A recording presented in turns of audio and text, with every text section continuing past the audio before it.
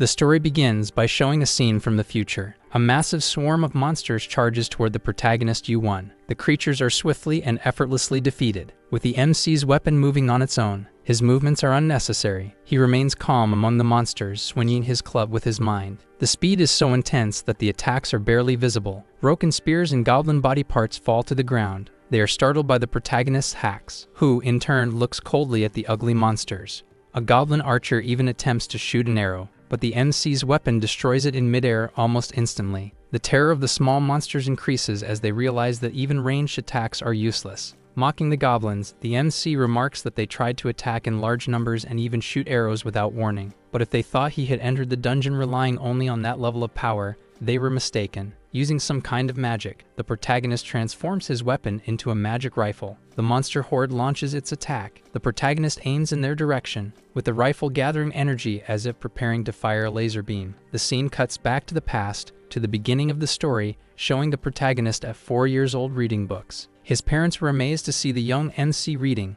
He was a genius. When they saw him reading books in foreign languages, they were even more surprised. His grandfather arrives, saying that the protagonist carries the lineage of his ancestors. He declares that the MC is the child born to fulfill the family's long-standing wish, to conquer the Tower of Babel. A deep silence fills the room. U1's parents, tired of the old man's nonsense, ignore him, but the grandfather insists that the Tower of Babel is real. Grabbing some crayons and a notebook, he tries to illustrate what he means. The old man begins explaining that a long time ago, in a chaotic world, the great ancestor of the Ban family emerged. That ancestor possessed an ability that allowed him to communicate with everything. With this power, he led the people and built a tower that would never fall. This would be the Tower of Babel, says the old man, showing the drawing. U1 asks if a tower is like a building. Imagining a fortune, the MC wonders if the ancestor is the owner of the tower. The grandfather explains that the ancestor was a master of languages and that they must remember they are descendants of a great man. More interested in the supposed building, the protagonist asks where the tower is, but the old man only says he doesn't know. This leaves little U1 disappointed. Looking at his grandson with inspiration, the old man confidently says, "One day we will find the tower,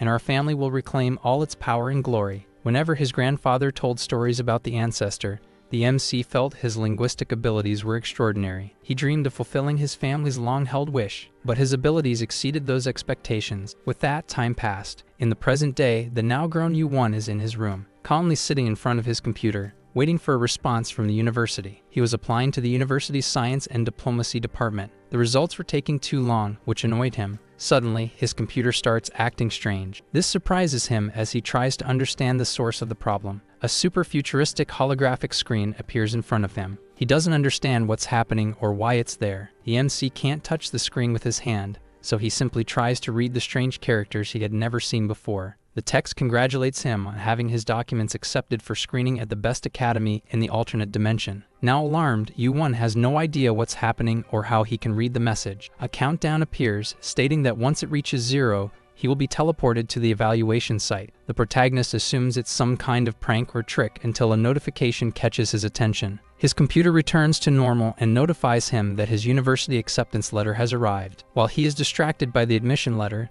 the teleportation countdown reaches 0. Without even noticing, U1 is teleported. U-Mai enters her brother's room to see if he was accepted into the university, but she arrives too late to witness U1 being teleported. He falls from the teleportation portal into a dark cave. The system screen appears, notifying him that the special exam for candidates from a lower dimension has begun. The system instructs the protagonist to defeat the blind goblins and destroy the dungeon core. Desolate, the MC screams in panic, insisting that he never signed up for this. Realizing his mistake, U1 falls silent. He examines his surroundings and the monsters he can barely believe exist. Understanding that the goblins had noticed him and want to make him their prey, the protagonist remains even quieter. Still huddled in a corner, silent, he considers how unbelievably similar this situation is to a game. Feeling the pain from his fall through the portal and the undeniable sense of reality, he understands that this is his new reality. He thinks about the system's description of the goblins being blind and that he has to fight them. The idea of having to fight monsters, knowing that modern people run away from small dogs, makes it seem even more difficult. One of the goblins nearly lands a critical hit on him. The MC isn't sure if any of the goblins have actually seen him. He remains quiet in the same spot while the goblins attack randomly, trying to find him. At the slightest audible sound, a nearby goblin hears and leaps to attack with a club.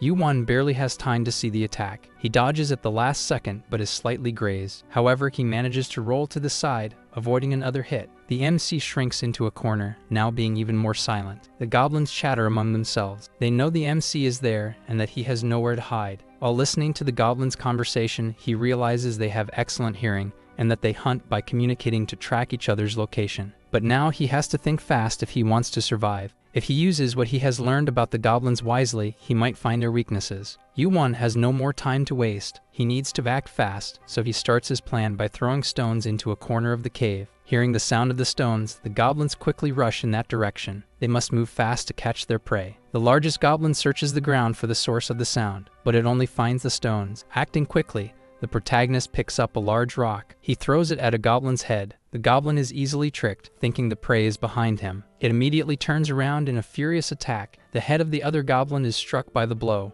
The one hit can barely remain standing. Speaking in the goblin language, the MC tells the goblin that the prey endured the hit. The other goblin counterattacks, smashing its club into the head of its own ally. The MC's strategy works. Both goblins, having struck each other with powerful blows to the head, stop moving. Finally, one collapses on top of the other. The MC breathes a sigh of relief for having succeeded. He is still panting from the adrenaline. He looks at the defeated monsters for a moment. One of them is still alive, though only barely. Aware of what he must do, Yu-Won picks up one of the fallen clubs. Looking down at the monster, determined to do what needs to be done, he tells the goblin that when someone tries to finish another off, they must be ready to be finished themselves. The protagonist hesitates, but knowing he can't hesitate any longer. To escape from here, this must be done. With as much mercy as possible, the MC puts the goblin to eternal rest. Golden runes appear over the bodies. The system screen appears. It congratulates the MC for hunting his first monster in the dungeon. As a reward, he gains the power of the superior dimension. The golden runes swirl around his body, seemingly filling him with power. A golden system screen appears, announcing that the power of the Babylonian code has been unlocked. This new power will be displayed using ideograms, symbols, or characters from a language familiar to the user. The protagonist wonders what these familiar ideograms might be. According to the system screen, Chinese characters have been registered. The common concepts of demon and life have been learned from the fallen goblins, while other concepts are either too complex or insignificant for the MC's current level of absorption. This new power of learning and absorbing shocks him. He wasn't expecting this. Until now, he thought his power was just about language, but it was much more than that. The ability to extract concepts from things seems somewhat vague. After absorbing 0.2 of the concept demon, the system explains that humans cannot possess this concept and recommends that the protagonist store it for use in an object. Curious about this, he decides to test it himself. The MC absorbs 0.4 of the concept life, increasing his vitality to 10.4. His general abilities and potential are enhanced, making him feel even more confident. He also absorbs 0.2 of the concept flesh, making him healthier. His strength and physique have genuinely improved. It's not just a sensation. The enhancement increased his grip strength, leg power, muscle density, bones, and even his skin became healthier. Yu-Won understood, learned, and fully absorbed the concepts from those goblins. Only the staffs remained from the absorbed bodies. The MC considers the best way to use his new abilities. He realizes that absorbing concepts for himself and also fusing them into objects will increase his chances of survival. So that's exactly what he's going to do. All the dungeon monsters will succumb to the protagonist, who now possesses the hacks of the golden system. With his newly unlocked power, he cleared the dungeon of the blind goblins and destroyed the dungeon core. The blue system congratulates him for completing the practical test of the lower dimension admission exam, but instead of being returned home, he was teleported elsewhere, to a completely different world, the grand and unparalleled Union Academy. As he lay on the dormitory floor, the system congratulated him on becoming a provisional student. Without giving the MC time to think, the system ordered him to put on the uniform and attend the interview. Yu-Won didn't want to wear a uniform again so soon, but he had no choice. The protagonist found it simply ridiculous. They had put him in a near-death situation, and now they wanted to interview him just like that. When he found out who was responsible, he would express exactly what he thought in a very intense way. Now fully dressed in the uniform, Yu-Won walked through the corridors. The MC thought about demanding at least some compensation for the forced teleportation. All his thoughts crumbled when he saw the beauty seated in front of him. As he admired the woman, she pulled him out of his thoughts. She introduced herself as Yumina, the magic combat instructor at Union Academy. Yumina congratulated Yu-Won for passing the practical exam. She proceeded to say that he was simply perfect, drawing the attention of the entire faculty. The instructor explained that he was the first student in 500 years to create a new artifact during the evaluation. She said it was an exceptional case, even by the standards of the special exam. The MC had grown tired of that strange place and planned to leave immediately after the interview. At least that was his intention, until he felt something different yet very familiar. Far away on the horizon stood a massive pillar. He asked the instructor what it was and what it was called. Yumina explained that the pillar was the reason the Union Academy was founded. At the academy, they trained the most talented students to reach the top of the tower, Union's aspiration and the final hope of all dimensions. The dungeon of all dungeons, containing the secrets, dangers, and mysteries of that world, the Tower of Babel. That was, without a doubt, the tower built by his ancestor. Everything his grandfather had said about their family's ancestor was right there, but the instructor had referred to the tower as a dungeon. Whether monsters had taken it over or if the Tower of Babel had always been a dungeon was a mystery. The glory of his family and all his ancestors stood right before him, he thought with a smile. The protagonist would reclaim everything that belonged to him. To pursue his goal, he enrolled in Union Academy. Thanks to special treatment from the instructors, he was teleported back home. Yu-Won reunited with his family to explain the situation and then prepared for enrollment. We return to the opening scene, where the protagonist is holding a rifle in the Academy's lower dungeon inside a hobgoblin cave, preparing for registration, gunning down the hobgoblins with ease. The monsters obviously stood no chance.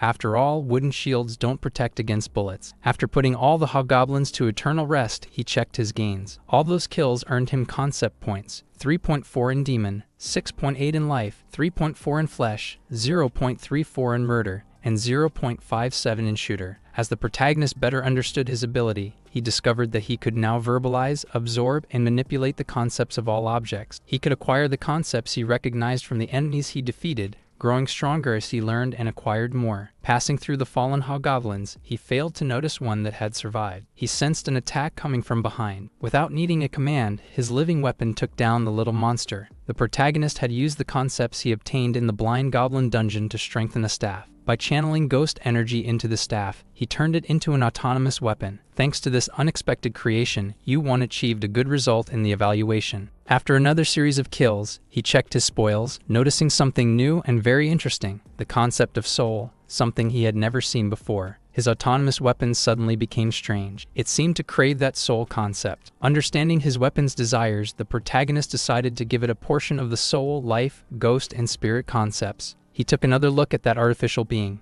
The MC picked it up and saw that its personality remained the same, though he hoped that Little Serpent was still a magical weapon. He names the snake Eve, and before leaving the dungeon, decides to check his own status. According to what he has learned, life represents level and flesh represents physicality. The abilities all-seeing eyes and all-hearing ears are related to linguistic skills. He asks Eve if she thinks he'll be able to surprise others, to which she denies. Yu-Won says that what really matters is the growth rate. They teleport out of the dungeon, heading to Union Academy for the entrance ceremony, ending up teleported to the auditorium, appearing suddenly and startling a bunch of people. Looking around, he sees many humanoid students. He activates all-seeing eyes. Observing the student's status, it becomes clear just how much stronger the regulars from higher dimensions are. The protagonist is stopped by a group. A strange-looking alien tells the MC that those from lower dimensions shouldn't wander around. Agreeing but not paying attention, Yu-Won looks for his seat. He reflects that he already expected the inflated egos of those who entered through the regular process. Even here, the strong look down on the weak. His thoughts are interrupted by a student calling out to him, informing him that those from special admission sit there. The special admission seats feel like exile. Something unexpected completely shocks him, making him question who those people are. There was no way they were from lower dimensions. Each of those three had incredibly high stats. They were almost the strongest ones there, with absurd power levels, and the MC was the weakest. Yu-Won talks to one of them, whom he already knew. He casually says that having seats specifically for special admission students is amazing. That blonde guy is the roommate the MC met before heading to the entrance ceremony. The first time they met was a little unusual, and then the scene cuts to the memory of it, with the blonde pointing a sword at the protagonist and asking who he was. Panicking a little, the MC thinks before answering, then quickly explains that he's a new student and that they'll be roommates. The blonde apologizes, saying he was just on edge because he had just finished the practical evaluation. In his thoughts, the MC notes that the blonde looks like a prince from a fairy tale. He asks the blonde if he took the exam in the Blind Goblin dungeon, to which the other responds that he didn't, since goblins are easy to hunt even for a complete amateur. Yu-Won starts a weird conversation, pointing out that they're talking without even washing up yet.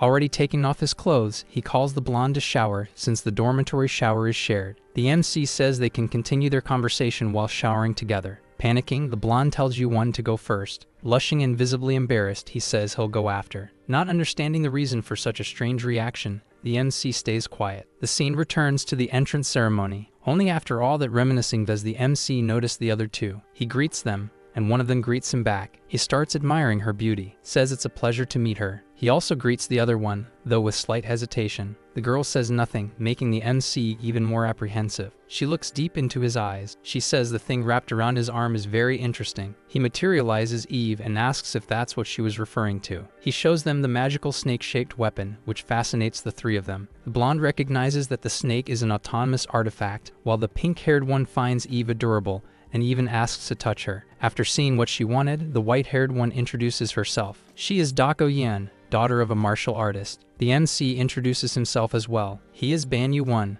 Innocently, he asks if martial artists shoot energy balls. Finding the question amusing, the other three laugh subtly. Still laughing, Dako says the MC's understanding of martial arts isn't entirely wrong. The pink-haired girl introduces herself. Her name is Rachel. The blonde introduces himself as well. His name is Light. The protagonist gets distracted when he notices instructor Yumina among the faculty members. Light asks if he had a consultation with her. Yu-won confirms that he did. The blonde says he did as well. The lights shift in tone. Suddenly, the ceiling of the auditorium opens. A voice from nowhere declares that everyone has gathered. The pressure on the students is overwhelming, to the point that they can barely remain standing. Even the mere presence of that being exudes an immense pressure. Even the strongest students are greatly affected. The protagonist can't comprehend what this incredible pressure is. He realizes that, whatever it is, it's in the sky. Looking up, the scene was surreal. A giant eye announced that the 2,557th entrance ceremony was about to begin. The scene shifts to the special admission students in Professor Yumina's office. She asks if they found the director's speech interesting, which causes silence in the room. Breaking the silence, the protagonist says it was truly incredible and asks if that eye was the director. Not even the professor believes he actually saw the eye. Dako thinks that the being was completely concealed using some special method. She looks at Yu-won, wondering how he managed to see it. The protagonist explains that it appeared as a giant eye watching everything from above. The professor confirms that yes, that was indeed the director, and that seeing him again would be quite difficult. Yumina tells the protagonist that he will have a private meeting with the director. She informs everyone that their achievements directly reflect on her reputation, so they should do their best. Light asks if Yumina will be their assigned professor, which she confirms. She also decides to introduce herself properly. She states her name and her role as the professor of magical combat, assigned to class 11 for the next 5 years. The blonde asks if special admission students shouldn't normally have an associate professor. She explains that normally yes, but because they are so exceptional, the responsibility was given to her. Since they're all there, she decides to give them some advice. She warns them to be cautious of the envy and hostility of the regular students. It was just as the protagonist had expected. Envy and hostility far beyond normal competition. Fights and conflicts between students that go beyond the internal school-sanctioned competition. The professor also advises them to always stay together.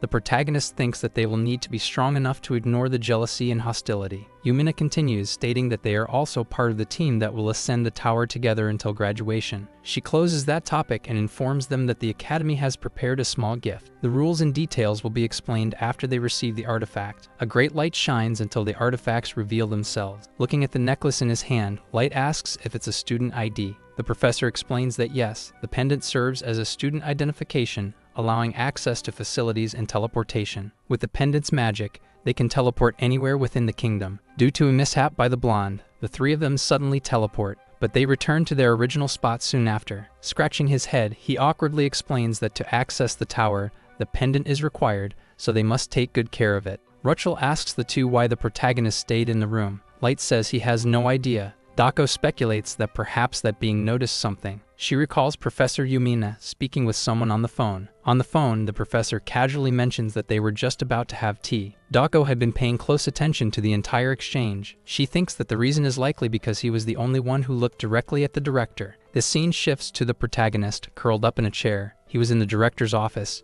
In his thoughts, he can only imagine that if he was in a private meeting with the director, he must have done something wrong. The director calls the protagonist's attention, telling him to look directly at him. After all, that wasn't his true form. The director, noticing that he was avoiding looking in his direction, reassures him that it's fine to look directly. When he does, he sees a ragdoll sitting on the director's desk, with no actual body present. Realizing this, he stares at the ragdoll, wondering how he should address it. Should he call him director or chancellor? but the director simply tells him that master will do. After that, the ragdoll says he will explain why he summoned him there. He states that he doesn't usually interfere with the students' growth. If they are weak, he lets them remain that way. He reveals that he has only one goal: to witness with his own eyes the one who reaches the end of the tower. The protagonist first absorbs all the information the master shares. Then he wonders why none of it makes sense to him. After all, the tower was from the time of his ancestor, and his family was determined to reclaim all of its power and glory. He had already decided that he would risk his own life if necessary. However, his real question was what the tower meant to the chancellor and what it represented to the other students. He needed to understand why everyone was gathering in that dimension to climb the tower. Looking at the strange doll before him, he asks what exactly the tower is. The ragdoll remains silent, but after a while, reveals that the tower is a kind of path to the divine, something like a trial. This made the protagonist feel a mix of sensations. He just wasn't sure if they were talking about the same concept of divinity, as if it were something related to religion. But before the protagonist could conclude his thoughts, the director continued speaking. He wouldn't interfere with the student's level of difficulty, but he would make an exception that time. It was because he saw potential in that boy, the greatest potential he had ever seen. With that, the puppet pointed at the protagonist while stating that he would prepare some things to help him. He made the protagonist's student identifier, which was in his pocket, glow. Not knowing what was happening, he kept asking what was going on. That strange puppet explained that he had expanded the protagonist's external exploration privileges, allowing him to travel to any dungeon. That way, he could properly use his abilities before climbing the tower. This caused doubt in the protagonist, who asked the puppet if he was talking about the academy's outer areas. The puppet confirmed and then created a portal beneath the protagonist's feet. It started sucking him in as the puppet gave him a few more instructions, saying that was all, but also mentioning that if his progress was remarkable, he would unlock more privileges. He still tried to ask what those privileges would be, and the puppet explained that he would be allowed to explore the tower alone. At that moment, he was fully engulfed by the portal, but managed to hear the puppet say that he was looking forward to it. It happened so fast that the protagonist was startled when he fell on the other side of the portal, landing on something soft. While the teacher asked how his meeting with the director had gone, he, looking up, was startled to see her. This made him quickly stand up with a flushed face. The teacher stated that the director always dismissed visitors that way, saying that the director had been expecting him from the beginning. They sat down, and she grabbed the protagonist's identification. This surprised her since the director had given a student permission to leave the academy. She explained that he could now freely explore the dungeons outside the tower. Now he understood because before, he'd have thought the director was calling him weak. That gentle teacher, with flowers in her hair, revealed her envy,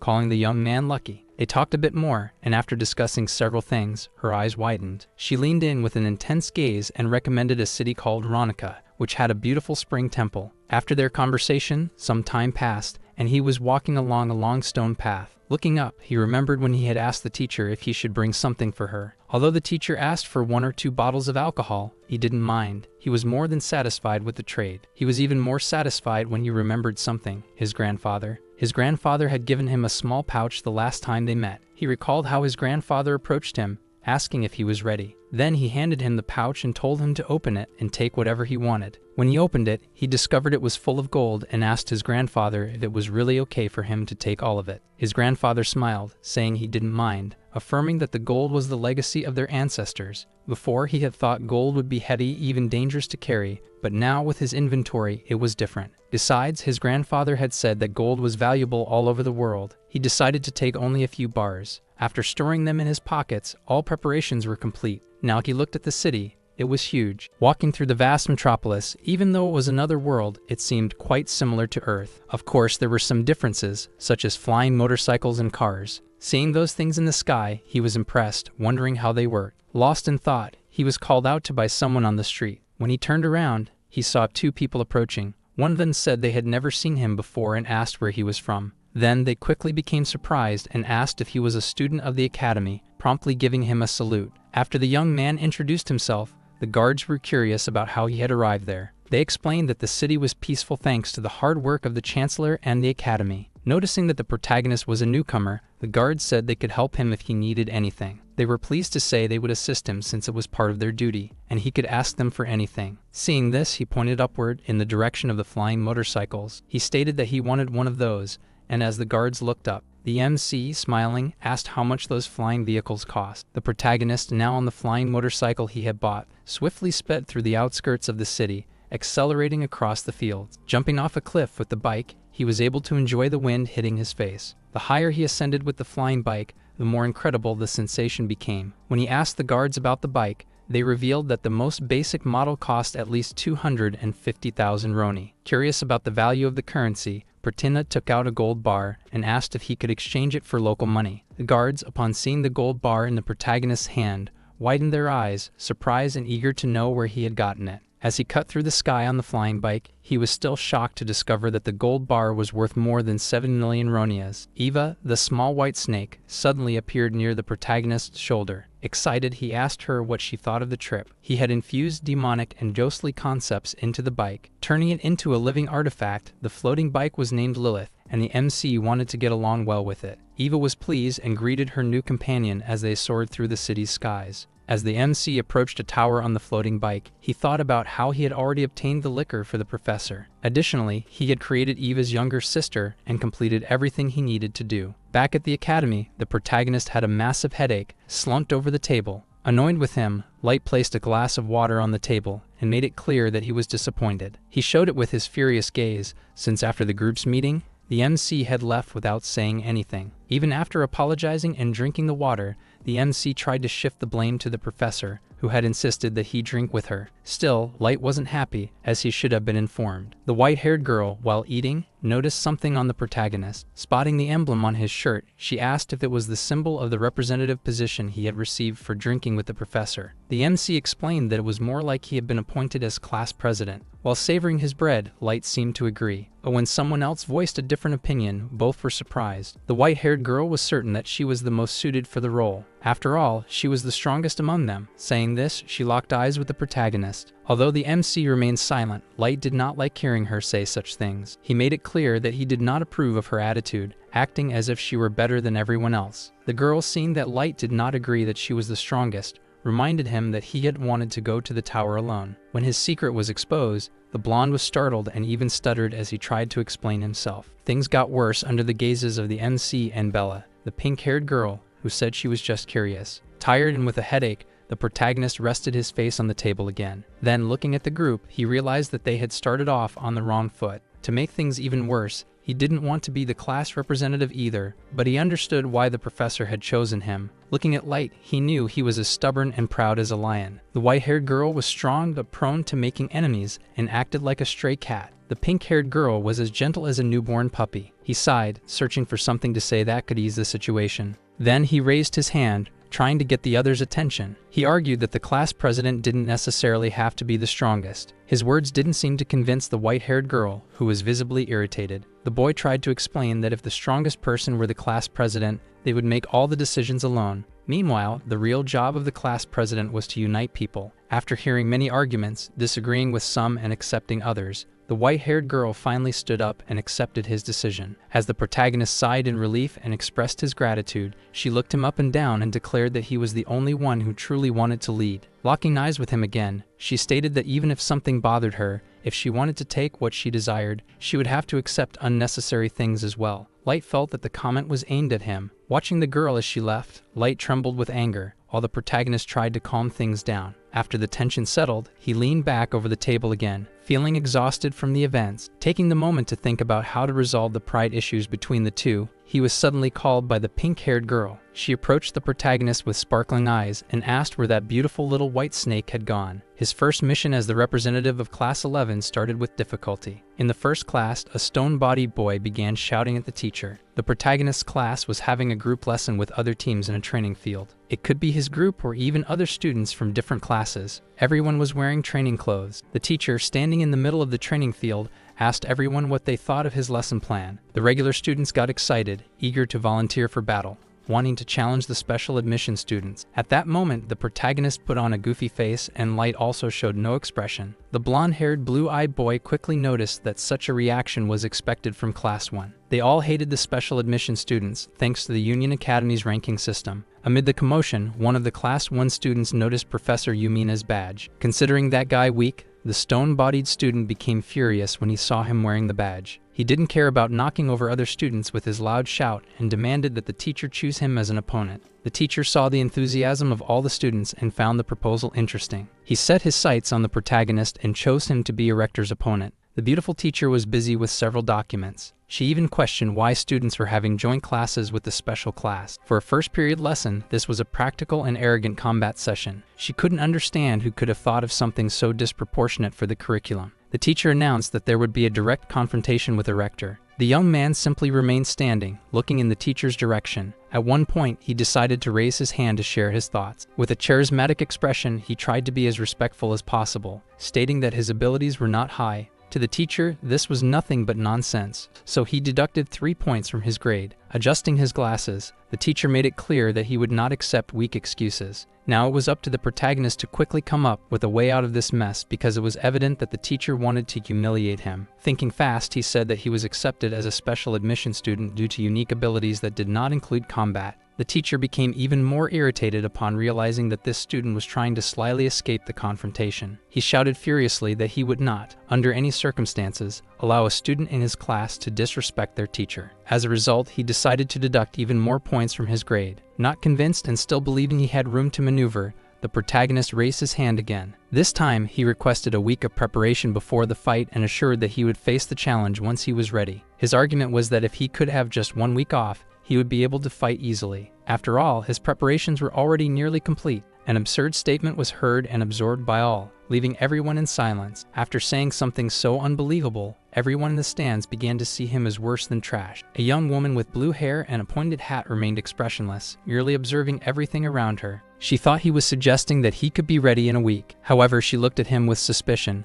doubting that he could withstand the special class. Meanwhile, the teacher trembled with rage mixed with contempt, believing that this student was mocking him. The protagonist seemed lost in a distant world, while Light, the worried blonde boy, didn't know what to do with him. Even though that man was just a substitute teacher, he was still capable of achieving certain feats. He asked everyone to pay attention because Ban Yu-1's fight against a rector was now officially scheduled for 1 week from now. With a smile on his lips, he revealed that everything would be broadcast live on the Academy's website. Once again, the protagonist realized that this man just wanted to humiliate him and show off. Staring at the student, the teacher said that since he had requested this time, he had better demonstrate his skills. Pointing his finger at the stone-bodied boy, the protagonist said that he was ready and that they would have part of the official match in a week. The stone-bodied boy, a rector, was annoyed by the protagonist's irritating way of saying things. With that, each went their separate ways, but the protagonist had already managed to assess his opponent. The stone-bodied man was a rector. He had 250 health, over 300 physical strength, and used magic. But the protagonist was not impressed. This was expected from someone in the special class. The opponent's expectations were ridiculous: 5 times the health value and 10 times the physical strength. Even seeing reality right before him, he still believed that something could be done. Since he was observing the strength levels of his teammates, the blonde and the pink-haired girl had incredible powers.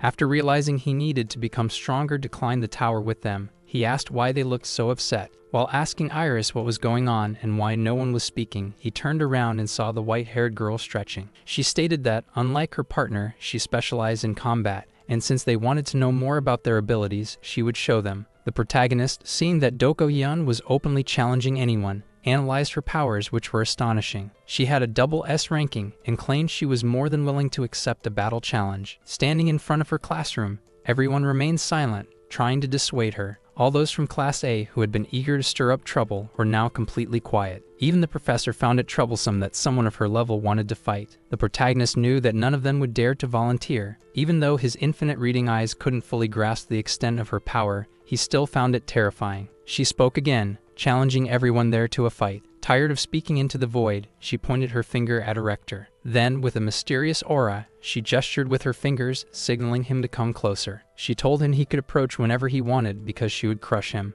The protagonist was certain that a rector was terrified. His initial target had been the protagonist, and now he had become the target of someone far stronger. The protagonist knew that if the guy decided to fight, accepting the girl's provocations, he would be doomed. He would be so badly injured that he wouldn't recover in a week. It wasn't really any of the protagonist's concern, but he asked his friend to wait a moment. Rushing over to her, he asked her not to fight a rector because they had a match scheduled for next week. She wanted to know if he was sure about that answer, and he quickly thanked her for her concern. He told her he needed to prove his worth through his own abilities and hoped she would understand. Turning her face slightly and smiling, she said she had thought he was just a guy with a few tricks, but maybe he was different. Satisfied, she said she would let him handle things his way, and turning around again, continued searching for an opponent. She asked several times if anyone else wanted to participate. but everyone kept pretending not to hear. The silence was almost unbearable. She took a deep breath. She pointed out that just moments ago, they had been barking loudly, but now they had changed their mind. But when confronted directly, they crawled away, trying to hide in any corner they could find. Seeing that things had settled down, the protagonist, the blonde, and the pink-haired girl were feeling much better. Meanwhile, the guys who had been intimidated by the white-haired girl were furious. But they weren't the only ones feeling that way. Someone with horns in the stands suddenly spoke up, asking her who she was calling a dog. Exuding an intense aura, the blonde man with large horns stated that it was always the weak and foolish ones who traveled in packs. They would wander around growling, pretending to protect their little groups. Now that he had the girl's attention, he continued. He said that small dogs were a wonderful sight. He was arrogant as he claimed that she would never be able to protect that group. The protagonist looked at the man, unsure of what his intentions were. Observing him closely, he realized that even among the special class, this man was on another level. Light informed the protagonist that the man was Ortima, a kind of regent from the Catuous dimension. The man stood up in the middle of the stands, even shocking his own companions. Among the 10 highest-ranking dimensions, including the Union, that man belonged to a ruling family of one of them. As the man descended, Light and the protagonist discussed how he was from one of the 10 most powerful families in the dimension. Ortima approached the professor, wanting to fight, and to make the fight official, the professor pulled out a recording device. Light told the protagonist that the professor was saying he would share everything that happened there online. Light was surprised to realize that Ban actually knew what the internet was, despite the fact that he himself didn't. As he searched through his inventory for a phone to watch the fight, he listened to Light complaining about how Ban seemed to know more about the internet than he did. But all three of them were amazed when they found a channel broadcasting the Academy's classes. The pink-haired girl and Light asked the protagonist what was on the screen. When Ban saw the professor's expression as he made the fight public, he realized that the professor was actually trying to humiliate his group. However, looking at the white-haired girl, Ban knew things wouldn't go the way the professor wanted. The two combatants remained standing, staring at each other in the center of the arena as their auras surrounded them. Ortima, being arrogant, ordered Dako to make the first move. However, extending her hand and calling him a rookie, she stated that she would let him take the first move instead. He felt as if she was trying to humiliate him. Raising his hand, he intended to attack the girl to put an end to her arrogance.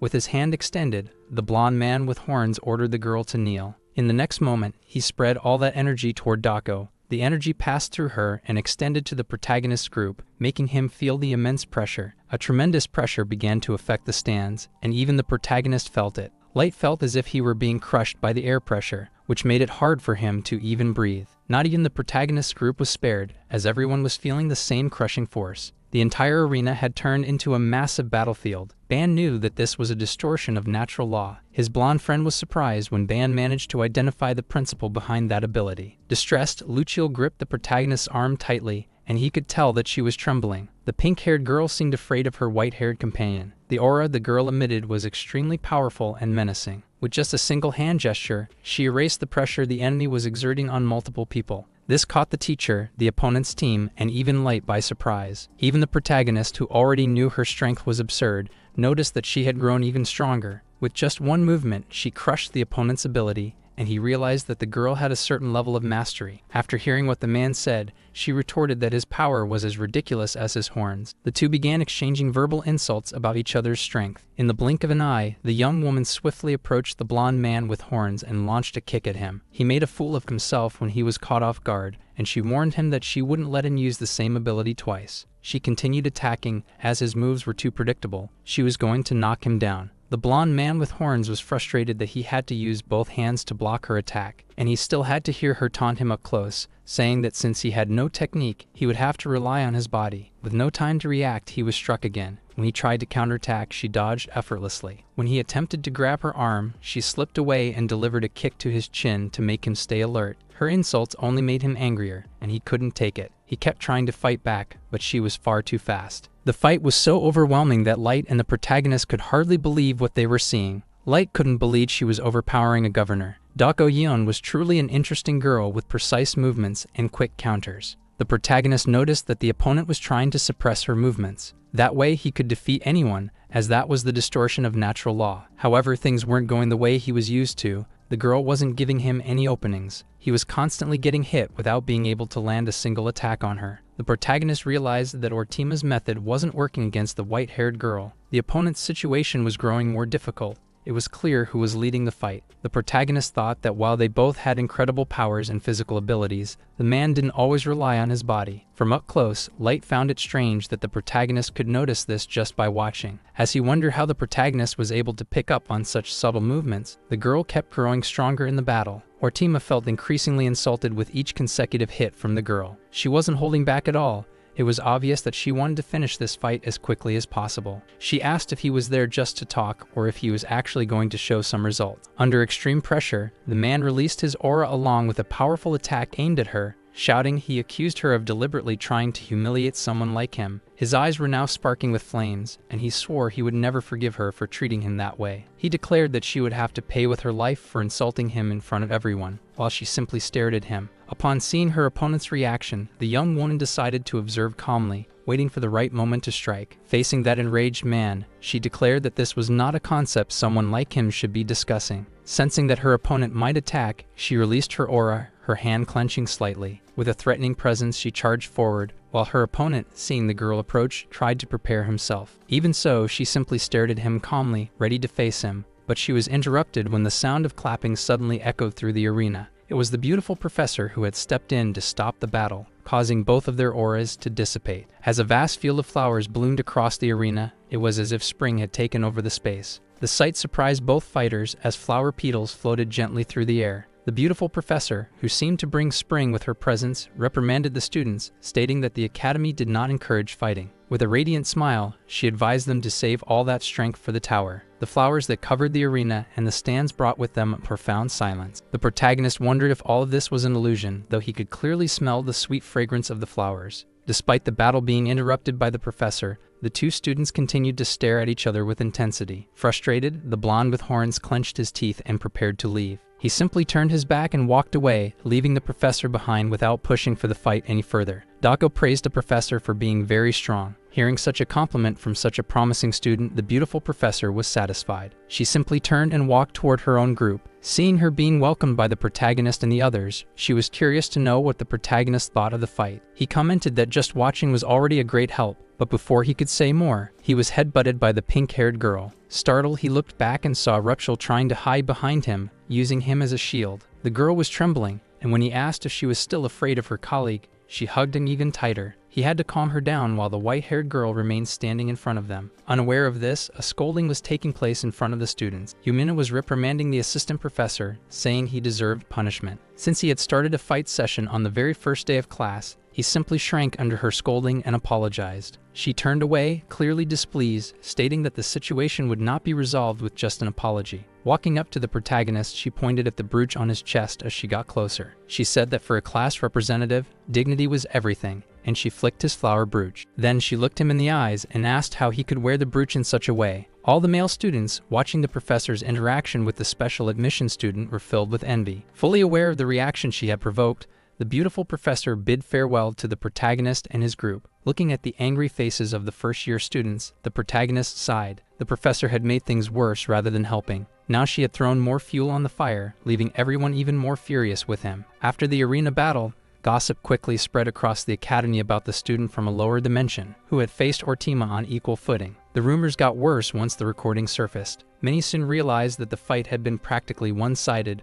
with the guy being caught off guard repeatedly, and rumors about the new students, especially the pink-haired girl, began to spread. With comments about her being adorable circulating widely, some students from Ortima's class tried to defend him. However, all the claims were quickly debunked once everyone watched the recording, which had been posted by the professor, and soon the silver white-haired girl started drawing attention from everyone. However, the comments weren't only about her. There was a lot of talk about a student who had been bargaining. He was being called the master of bargaining, and when Professor Yumina appeared in the recording, everyone was shocked, and speculation exploded when they saw her interaction with that student, the master of bargaining. Soon throughout the school, students became eager to learn more about the newcomers from special admission. Reading through the video comments along with his group, the protagonist remarked how it seemed like the whole world was talking about them. Beside him, Light was practically melting in his chair from reading so much slang in the comments. Next to him, Dako said it wasn't surprising that they were being talked about, but then she brought up something that shocked everyone. She mentioned that the guy she fought wasn't truly the strongest. She recalled a girl sitting quietly with a large hat. She said that there was at least one more person in that class who was more capable than him. She was surprised when she noticed that the protagonist hadn't realized it. He just laughed, shrugging his shoulders while saying that he was too focused on her fight. While reading the comments, Light reported that the protagonist's name was spreading throughout the school community. At that moment, in the middle of the conversation, Light wanted to ask something, looking toward the pink-haired girl. She was sitting at a distance. Seated far from them, she trembled while looking down. Looking at the boys,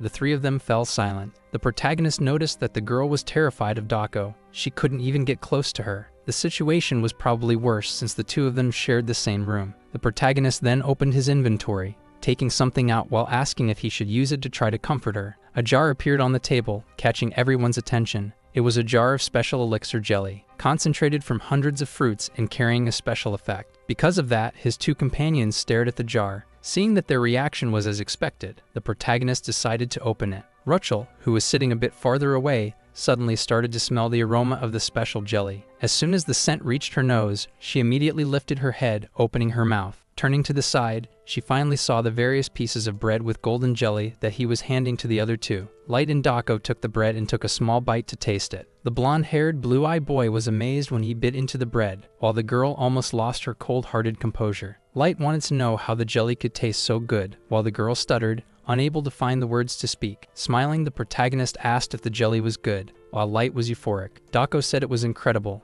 and that she had never eaten anything so delicious. Hearing that, the protagonist turned to the side and called Rachel, who was already drooling with the desire to taste the jelly. He then invited her to eat with them. Closing her mouth, the young girl slowly approached the protagonist and asked him to prepare a piece of bread with jelly for her too. Once it was done, she held it in her hands and took a big bite, visibly amazed by the sweet flavor. Rachel felt that the taste was the most delicate fruit flavor she had ever experienced. After finishing her meal, the white-haired girl licked her fingers and said that she felt as if she had eaten something precious. While spreading more jelly on a piece of bread, the protagonist revealed that making the jelly wasn't expensive. As Rachel savored the jelly-covered bread, the protagonist handed another piece to Dako, telling her to consider it a favor. Hearing those words, she suddenly stood up and declared that she had made a decision. Saying that, she grabbed the protagonist's tie, pulling him close while he was still trying to eat his bread. She said that she would personally give him martial arts lessons in exchange for the jelly bread. Saying that, they were transported to another place, a training room. Looking around, the protagonist commented that the room reflected his psychological environment. While the protagonist wondered what Dako was going to teach him, having just come from their meal, the girl approached a section and picked up a wooden sword. Then she swung the wooden sword, creating small gusts of wind and advising the young man not to move carelessly. She took a firm battle stance with the sword and stated that their lesson was about to begin. In the next instant, she released a sense of pressure and charged at the protagonist. With a thrust, her attack sent a gust of air toward the protagonist. As she placed the tip of the sword near his nose, he stared at it with a blank expression, seeing the blade so close. The young woman explained that the move she had just executed was a thrust. She said that it was a thrust without a trace of doubt or hesitation. But to the protagonist, it was hard to believe that a piercing attack could be executed by a human. However, in a brief instant, Van Yu-1 recognized a new concept within her attack. The concept that the protagonist learned was penetration. He wondered why he had learned this concept. Trying to reflect on it, the protagonist drifted into deep thought. Even as Dako called out to him several times, he couldn't snap out of his daze. When he finally returned, he apologized. She asked him to focus and stated that a thrust didn't have just one form. She explained that what she was showing him at that moment was the most basic foundation of a thrust's meaning. Then she began performing multiple thrusts in the air in different ways and asked him, how many times did he think he should thrust, and from where to where? What should he imitate while thrusting? He also wanted to know how much force the aura should have when executing a thrust. Every question she asked was followed by a movement, until she was standing in front of Yu-1. That was when she explained that there were numerous variables. She stated that the supreme foundations required only a single thrust, and that he should never forget that. Faced with this lesson, he reflected on the things the girl had said. Her actions, which had mastered a concept down to its final form, carried a deeper feeling. More than just various concepts combined for her, the attack seemed to embody the essence of truth. After giving these instructions to the protagonist, she handed him the sword so he could try it himself. Holding the sword while she observed, he asked her not to laugh at him if his imitation wasn't accurate. As she watched the protagonist's movements, she couldn't help but smile. She stated that if he could copy her perfectly, then the 10 years she had trained would mean nothing. While she was speaking, he moved, imitating her motions. The moment she saw his thrust into the air, she couldn't believe it. Observing his stance, she thought that he had truly grasped the concept just by watching once. However, the protagonist wasn't satisfied with his first attack, so he tried to stay focused. He knew he couldn't perfectly replicate what the young woman had demonstrated. Until now, he had concentrated on combining multiple concepts, but now his mindset was to strengthen the concepts individually. However, he realized he was mistaken. Taking off his shirt for better movement, he prepared again. He focused, sensing that his own power could become even stronger. Executing multiple thrusts, he tried to think. There were many aspects to the concept of thrusting, which led him to wonder why he had received the concept of penetration. Finally, he understood the reason. It was because the one who had granted him this concept believed that a thrust should pierce through its target. With this thought in mind, the protagonist put all his focus and power into the next attack. Unlike before, this time, his strike in the air was much more powerful, as if he had become the thrust itself. The young woman, watching his movements, told him to stop. He dropped to his knees in exhaustion as she remarked that there was no reason to wear himself out so much. While he tried to catch his breath, she told him to remember what she had demonstrated and to try again. The moment she finished giving her instruction, several notifications appeared before the protagonist. He had comprehended the concept of martial arts and had also absorbed the concept of swordsman, adding it as a sub-concept. He was shocked to have achieved this just by swinging the sword a few times, and when he checked his stats, he was startled. All of them had skyrocketed. The concept of swordsman, which hadn't increased even after defeating countless enemies, had also risen. The protagonist was in disbelief. His average combat skills had doubled. Looking at him, the young woman admitted that she had never thought she could lose like this and noted that he embodied the essence of free technique. Intimidated by her, he scratched his head, which only irritated her more when he stated that he had just been imitating. Hearing that he had learned so easily because she had been the one teaching him, the young woman blushed slightly. Seeing that she had calmed down, he continued explaining his actions and mentioned that he could feel the depth of her movements. After hearing all these comments from the young man, she felt moved but didn't want to show her emotions. She turned away, avoiding the words of someone she had only just met. Satisfied, the protagonist thanked her for teaching him such great techniques and offered her an elixir. When she said that just one elixir wouldn't be enough compensation, he was startled, unsure of what else he could do to repay her. Seeing his concern, she told him not to worry. With a beautiful smile, she assured him that she would collect her compensation in due time. She told him to be prepared and, completely shifting the mood, informed him that the next class would be starting soon. Calling him to leave quickly, they teleported out of the training room, and he scratched his head. He still remembered the beautiful expression on Dako's face at that moment. Inside the academy, the pink-haired girl, along with the blonde, was walking through the hallways. As they looked at a phone, Rachel suddenly bumped into a few rough-looking students from other classes. The student in front of her placed his hand against the wall, demanding her attention. The man seemed persistent, and the young girl, though not showing it, was clearly uncomfortable. Seeing that someone was bothering Rachel, Light stepped in between them. The young man was visibly irritated by Light's arrival, who stared at him and asked what he wanted with his classmate. The student from the other class became even more annoyed, calling Light an insect and telling him to leave. At that moment, the protagonist and the white-haired young woman arrived in the hallway via teleportation. The group noticed their arrival and went on high alert. U1 also noticed the presence of the students and wanted to know what was going on. Upon seeing the famous Dako, the other students fled, leaving behind only a threat. This time, Rachel hid behind Light, thanking him for defending her. As the protagonist tried to understand what was happening, he asked Light something but quickly realized that he was too irritated. Moments later in the classroom, the teacher was giving a lesson on the history of the Union. During class, some students secretly took photos of the pink-haired young woman. These troublemakers were the same ones Light and Rachel had encountered before. Faced with so many irritating comments, the young woman became sad and upset. Light and even the protagonist were bothered by the situation. Yuan realized that no matter the world, people would always be the same. Annoyed by the students who wouldn't stop making noise, Light suddenly stood up, catching the teacher's attention. The teacher asked what he wanted, and Light explained that other students were making it difficult for him to concentrate. With the student's request, the old professor ordered the troublemakers to be quiet. After that, he simply turned back and continued his explanation about the Union Academy. Even so, the group resumed mocking Light, calling him knave. They said he was just trying to show off because he was good-looking. After a while, they started making comments about the young woman, asking if she and Light were dating. The more they spoke, the more uncomfortable Rachel became, to the point of silently tearing up. At that moment, Light completely lost control. Demonstrating his anger, he snapped a pencil in his hand. Calmly, the protagonist placed a hand on Light's shoulder and asked him to calm down. Light, in disbelief, looked at the protagonist and asked if he was really asking that. The protagonist took out his phone and stated that causing trouble during class would only make things worse. He asked Light to calm down and look at his phone. On the floating screen, he was live streaming a channel from YouTuber on the internet. Hearing what the protagonist said, Light realized what he was trying to do. Laughing mischievously, he wished for the boys to keep talking since everything they were saying in class was being broadcast. The three fools had no idea that a camera with audio was right behind them, recording everything they had said from the beginning. The one holding the camera and filming them was the little Eva. It didn't take long before hundreds of comments flooded the video. Daco praised the protagonist's initiative for taking action. He stated that he wouldn't let them go unpunished after what they had done to their companion. By the time the three realized they were being filmed, it was already too late. They tried to hide from the camera and began searching for it.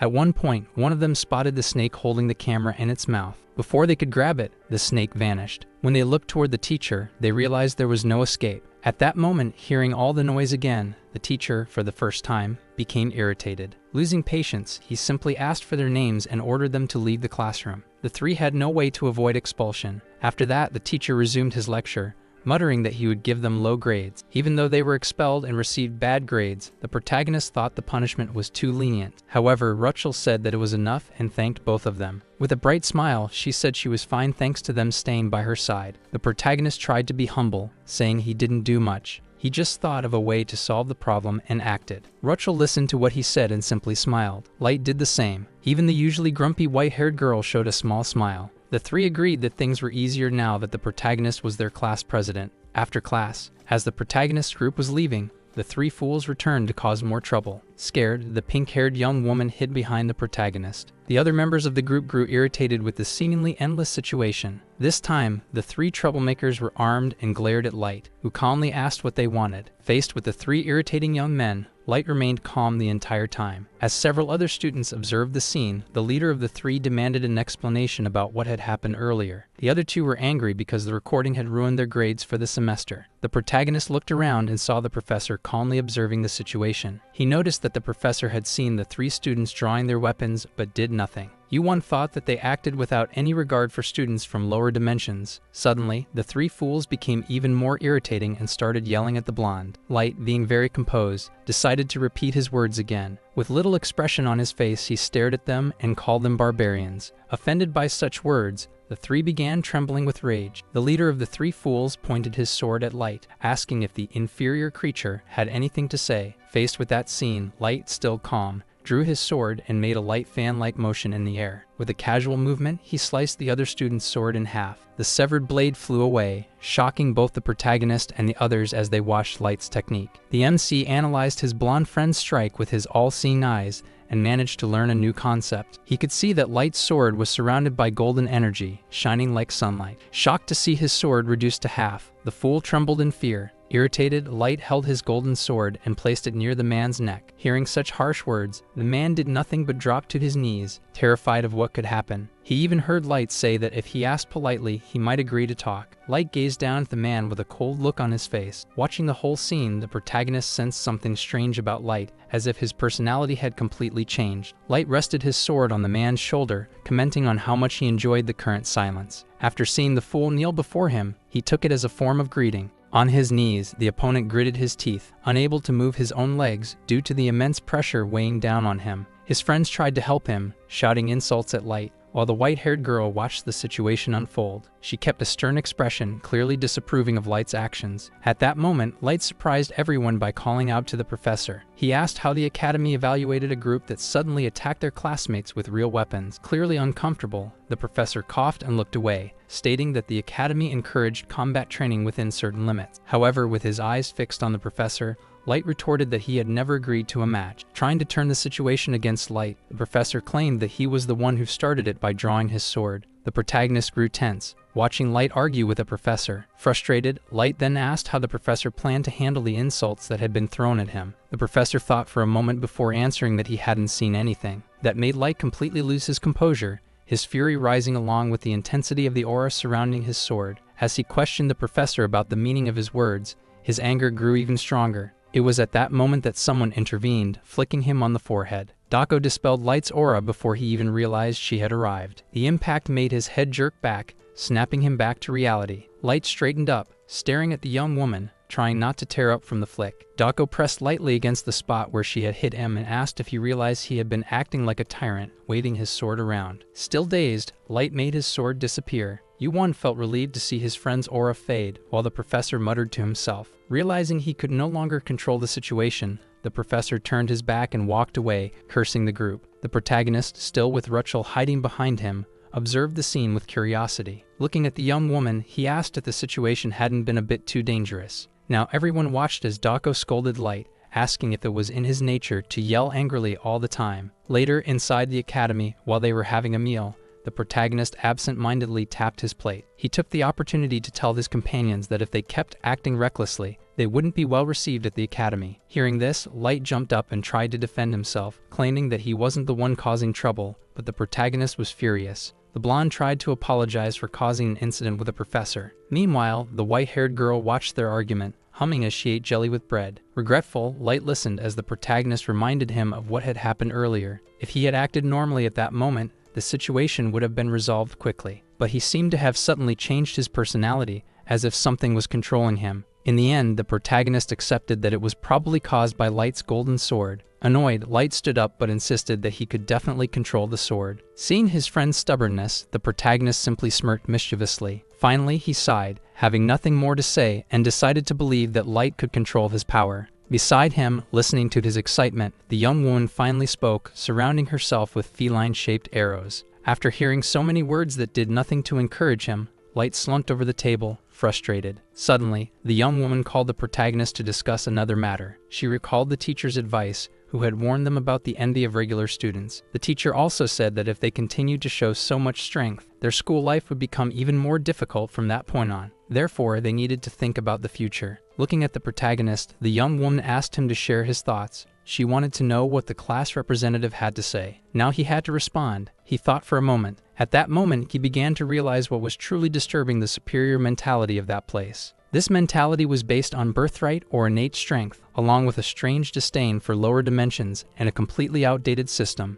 This entire structure made it impossible for outsiders like them to have any influence in that place. The protagonist did not reveal his thoughts but instead posed a question to the group. He wanted to know what it took to gain the favor of a large group. After hearing the question, the trio tried to guess the answer, suggesting that power might be the key. However, the protagonist said it was something else, something they already had. Forming a square with his fingers, he mimicked a camera and looking at the trio, revealed the answer: appearance. After that, he devised a plan, which piqued the white-haired girl's curiosity. She wanted to know why they should create a channel to showcase their daily activities. The protagonist explained that he wanted to build a public image, something that would help change how people perceive them. With that in mind, the four of them went to an arena. Lighting equipment was set up to assist with recording, while the protagonist held his phone to film. Despite all the explanations, Light still didn't understand why they needed to fight. Seeing his hesitation, the protagonist warned that the fight wouldn't just be an act, it would be real. As soon as he finished speaking, Dako charged at Light, who still wasn't taking the fight seriously. While fighting, the young woman complained to the protagonist, saying he worried too much. At that moment, she grabbed Light by the collar and threw him to the ground. She stated that after taking a few hits, anyone would start taking the fight seriously. The protagonist, surprised, filmed the young woman going after Light. The blonde boy got up cautiously. The ground was already destroyed from the impact, while the young woman looked at him with a teasing smile. Provoking him, she said that she finally understood why he had been so confused when using the artifact last time. Showing her superiority, she suggested that he pick up the sword again, as she believed that would at least help him get close to her. After several provocations, Light became deeply irritated and charged at the young woman. Meanwhile, the protagonist became even more excited about the recording, which slightly worried the pink-haired girl. Rachel still didn't understand how this could make their school life easier. As Light and Dako's fight continued, the protagonist smiled and stated that the results might not be immediate. He believed that if those who constantly bothered them realized how skilled they were, things might change. The recorded fight became more intense, but at the same time, he kept talking. The protagonist told the pink-haired young woman not to worry about the outcome of the fight because her beauty was far too precious to be ruined. She was confused by the comment as he pinched his own cheeks. Then he asked her if she had never heard that a pretty face looks even better with a smile. After that, he added that she had a face capable of charming anyone. After a few minutes of fighting, Light began retreating while the young woman chased after him, asking where he thought he was going. Later, in another place, Rachel was seen crying, but not out of sadness. For the first time, she was tasting a bowl of noodle soup. Following the protagonist's advice, the group members started recording and posting their daily routines. The response to the channel's videos was explosive. After the video of Light and Dako's fight, numerous comments flooded in. Many were impressed by the beauty and power of the white-haired young woman, while others wanted to learn more about the group. Other videos were also published, including one where the group played a board game. In it, some people already knew the rules and explained them to the newcomers while everyone had fun. Another video showed the group's meetings with the beautiful teacher, which generated a flood of comments. Viewers praised the beauty of the young women and the teacher, as well as the variety of teas served at these gatherings. They also reacted to Rachel's funny faces while trying new foods. After several students watched the videos already published on the channel, many wanted to move on to the next one. However, they realized that the next video was not an ordinary one, but a live broadcast scheduled for the next day. The next day, the protagonist and his group were stunned by the number of people gathered to watch the live stream. Some didn't even understand how they had managed to attract so many viewers. As the group chatted excitedly, Professor Yumina approached. While walking toward them, she commented on how the union was filled with higher dimensions brimming with true wonders. She then praised their channel, highlighting how it showcased the group's daily life and created a connection with other students. Taking advantage of the situation, the protagonist annoyed Light again by mentioning the impact the first fight video had caused. However, they changed the subject, as that was the day they would climb the tower. Dako stood beside the protagonist, wearing his special outfit for the ascent, just like Rachel and Light. That was when the protagonist noticed something curious. Everyone was dressed differently except for him, who was still wearing his school uniform. When he tried to understand the situation, the girls explained that since they would face successive battles, they had prepared with more appropriate clothing. Someone asked if he would be fine wearing just his school uniform, and at that moment, he remembered his origins in a peaceful place. However, he had already made the decision to risk his life. Adjusting his tie, he firmly stated that the clothes he wore were enough for him. Once everyone was ready, the beautiful teacher made a gesture with her hand. With this movement, a large magic circle appeared on the ground, covering the area where they all stood. The circle shone brightly up to the sky and then transported everyone within it. The light gleamed before the enormous building that housed the tower. Along with the professor, Class 11 was taken to the new location. Many of the students present noticed Class 11's arrival and recognized them because of the videos. Worried, Rachel looked around, trying to understand where they were. The professor explained that they had arrived at the tower's entrance and that it had been open since early that morning. As he gathered with his group, Light noticed the presence of some familiar faces. A bit further ahead stood the three troublemakers who had recently tried to provoke him. Even after the protagonist revealed that they were merely followers, Dako remained unfazed. However, she warned that there were still malicious gazes directed at her rector. She only wanted to alert U1, but he already knew what she was going to say. After all, that was the day he would begin climbing the tower, and the following Tuesday would be the day he faced a rector in a duel. The protagonist, however, didn't care at all about his opponent's presence. Without hesitation, he simply called the others to move forward. There was little time until the duel, and he needed to grow stronger by advancing further into the tower. The professor wanted to give some safety instructions and asked them to finish the exploration early. The protagonist listened attentively, and when the professor asked how long they planned to explore the tower, he wanted to know if he could answer on behalf of everyone. The others agreed. Clenching his fist with determination, he declared they would stay for 2 nights and 3 days. As he spoke, he opened his hand and made a small device appear, a mini video camera. Watching the group's growth, the professor smiled and reminded them to be careful. And so, as the small camera floated, the protagonist led his team into the tower. Inside him burned a deep desire that his ancestors could see him at that moment. A few days earlier, during a meeting with the beautiful professor, the group revealed their intention to film their journey through the tower. To better explain the plan, the protagonist showed a small floating camera robot. However, although she was not against the idea of filming, the professor warned that the rooms constantly changed scenery. Meanwhile, the girl in the group showed great interest in the small robot. Light, after checking the manual, confirmed the professor's words and asked his colleague to take a look at the basic guide. Yumina then explained that the information was correct since each floor of the tower was called a room. She added that when monsters were defeated or a trap was deactivated, the surrounding space changed completely. While listening to the teacher's explanation and sipping a cup of tea, Dako reflected on the dungeons and their traps. At that moment, for the first time during the meeting, she spoke up. She questioned what would happen if someone were defeated inside the tower. Everyone became alert at the young woman's question. The protagonist widened his eyes, and even Light hadn't considered that possibility. Concern spread among them. The teacher, noticing the tense atmosphere, took a deep breath before responding, stating that the young woman was as sharp as ever. She then explained that even after a fatal attack, challengers would remain alive, which relieved both the protagonist and Light. To be more precise, the The teacher clarified that if someone were defeated, they would be automatically transported to the tower's entrance. Still worried, the protagonist wanted to know if, in that case, the person would have to climb the tower again from the beginning. However, the teacher explained that thanks to a special artifact, they could re-enter exactly from the point where they had stopped. Showing a pendant, she stated that the item was rare, as student identification was essential to ensure the ascent in the tower. At that moment, the white-haired young woman interrupted the group's thoughts. She pointed out that the teacher had not been entirely clear. Thus, she directly asked if there were areas within the tower where challengers could truly be eliminated. The teacher realized that the student had several doubts and, for a moment,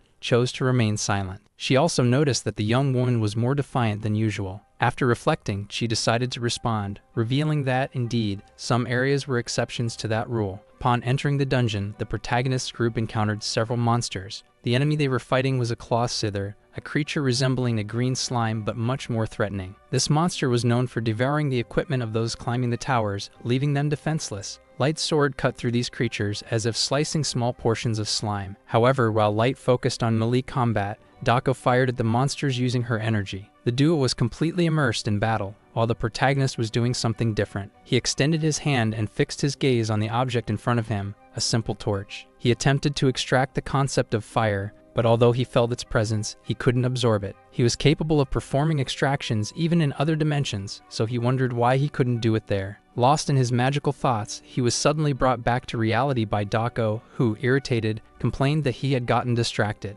The protagonist explained that he had tried to absorb the flame but failed. Hearing this, Dako commented that it was a pity. He asked her not to underestimate his powers so much. As the two talked, one of the slimy creatures approached. Now much larger due to its irritation, the monster was quickly restrained by a chain that held it in place. Dako looked at the protagonist and asked if that was how his little snake behaved during battles. Moving Eva, who had transformed into a spiked chain, the protagonist confirmed with a slight smile. He then commanded the chain to continue attacking. The snake, in chain form, flew through the dungeon room, striking the green slimes with speed and precision. Seeing the chains dominating the entire floor, Dako praised the protagonist, admitting that the attack was quite effective. He agreed, stating that it was efficient but noisy. Another source of noise was a girl running across the battlefield. Rachel, with sharp teeth and red eyes, charged fiercely at the creatures, tearing them apart with her own claws. Her attack was so strong that, upon landing, she sent stone blocks flying in all directions. The white-haired young woman didn't think that running around screaming like that was an efficient tactic. However, both the pink-haired beauty and Light continued to fight in their own ways. After practically defeating all the slimy creatures, Light realized that the first room contained only those monsters. However, Dako had the impression that there was something more. She warned the group not to lower their guard, as she felt an energy beginning to concentrate. Hearing her words, Larry grew concerned, asking if an elite monster was about to appear. Light turned to the protagonist, but Yu was already one step ahead. Before Light could suggest using the all-seeing eyes to find out what was happening, Yu-1 was already observing. Suddenly, he called Rachel's attention and pointed to a large obelisk ahead of them. The object had transformed into a magic circle with a pentagram at its center. The protagonist ordered Rachel to destroy it immediately. Without hesitation, she lunged forward with her sharp claws, her eyes glowing with intense fury. His strike was devastating, raising a cloud of dust inside the room and obscuring everyone's vision. Light was the first to regain his sight, and upon seeing the result, he was overwhelmed with emotion. With a single blow, Rachel had destroyed the obelisk before the elite monster could even be formed. As a reward, she received the core of the beast that never had the chance to be born, now holding it in her hands, breathless from the effort. It was then that Light, glancing at her unintentionally, noticed something. What he saw left him practically shaken. Rachel looked different. Before, her hair had been completely light pink. Now it had transformed into strands of various shades. Seeing that the protagonist was staring directly at her,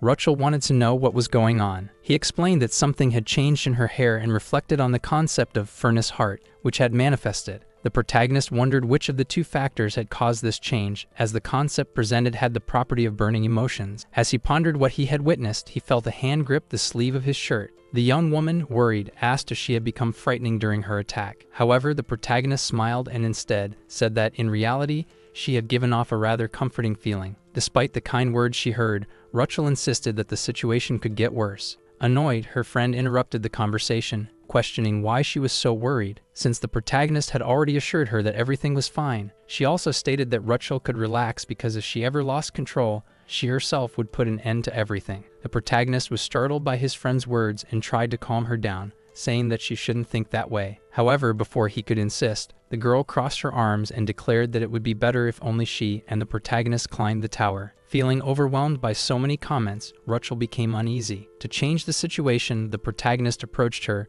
assuring her that he would find a solution. Smiling, he stated that he knew exactly why she was feeling that way and that it was his duty to help her. The girl's depressed expression immediately changed, her eyes shining with hope. Emotional, she grabbed his hands, sincerely thanking him, which made him blush slightly. After talking a bit about what had happened and resolving the situation with the obelisk, a magic circle appeared around them. Moments later, they were transported to the second floor. Upon arrival, Light crouched down and touched the green ground beneath his feet. Unlike the previous room, there was now grass growing around them, giving the environment a completely different atmosphere. The protagonist, attentive, analyzed the concepts contained in the orb his companion had received earlier. He realized that all the time spent running through the dungeons seemed to have been in vain, as in just one room he had acquired new concepts. Now he possessed the concepts of acid and fusion, both attributes capable of dissolving materials. He decided then to infuse the concept of fusion into his sword while feeding Eva with the concept of acid. The small snake, coiled around his arm,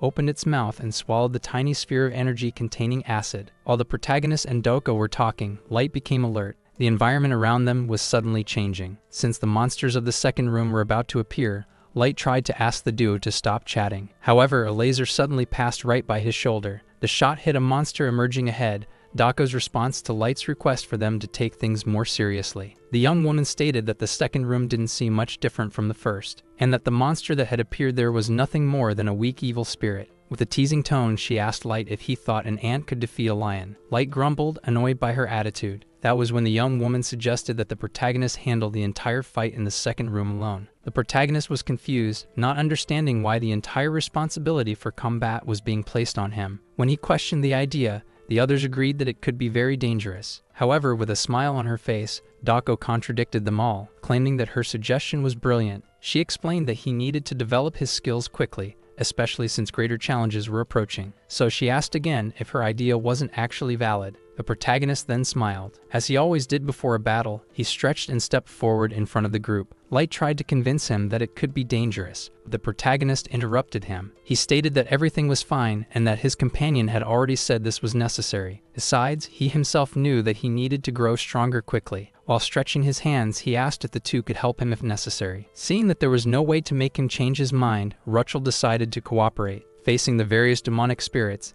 the protagonist smiled, satisfied with the support of his friends. Then he called Doko and, looking at her, asked if she would help him later in case he conserved energy now. The young woman smiled with a proud expression and promised that she would not let him perish. After the brief dialogue, the protagonist summoned Eva, drawing a magic circle above her. As she passed through the magic circle, Eva transformed into a massive firearm. With the protagonist's command, she began firing at the demonic spirit. The monsters screamed as they were annihilated, some even dissolving into small rabbits. Rachel and Light watched the scene, both impressed and somewhat startled. The blonde young man wondered if that was a typical weapon from the protagonist's world. He didn't know exactly what kind of armament it was, but he could see how quickly the enemies were being defeated. Because of this, he furrowed his brows and deep down, wished that the soldiers of his country could have access to weapons like that. Observing carefully, the white-haired young woman was also impressed by the power of the weapon Eva had become. However, she quickly realized a major disadvantage of that type of armament. The attacks were inconsistent and only worked well in long-range combat. In enclosed spaces or melee battles, the weapon would be practically useless. There, where space was limited, this posed a problem, and as if to confirm her analysis, one of the ghosts silently slid behind the protagonist, preparing a sneak attack. The malicious spirit opened its enormous mouth, larger than the protagonist himself, ready to swallow him whole. Seeing the scene, Light and Rachel instantly became worried. The protagonist, noticing his friend's reactions, decided to turn around, and came face to face with the enormous mouth of the evil spirit. Ignoring his friend's concerns, the protagonist materialized a sword as he faced the malicious spirit. With a precise vertical slash, he defeated the monster that had attempted to attack him. His two companions, who had been on edge, were finally able to breathe in relief. However, Light was surprised to see the protagonist holding a sword. After all, he had strengthened his own longsword with various attributes, preparing it for when he truly needed to use it. Meanwhile, the pink-haired girl had no idea that the protagonist was a swordsman. However, he explained that it wasn't quite like that. He said he was still far from being as skilled as Light or Dako. Hearing this, the young woman smiled, finding his humility well placed. She was proud of how much he had improved up to that point. But the protagonist didn't stop there. He continued advancing, alternating between shots from his weapon and sword strikes. That way, he destroyed numerous evil spirits that emerged in his path. They kept appearing, only to be struck down and defeated one by one. Now, besides using Eva,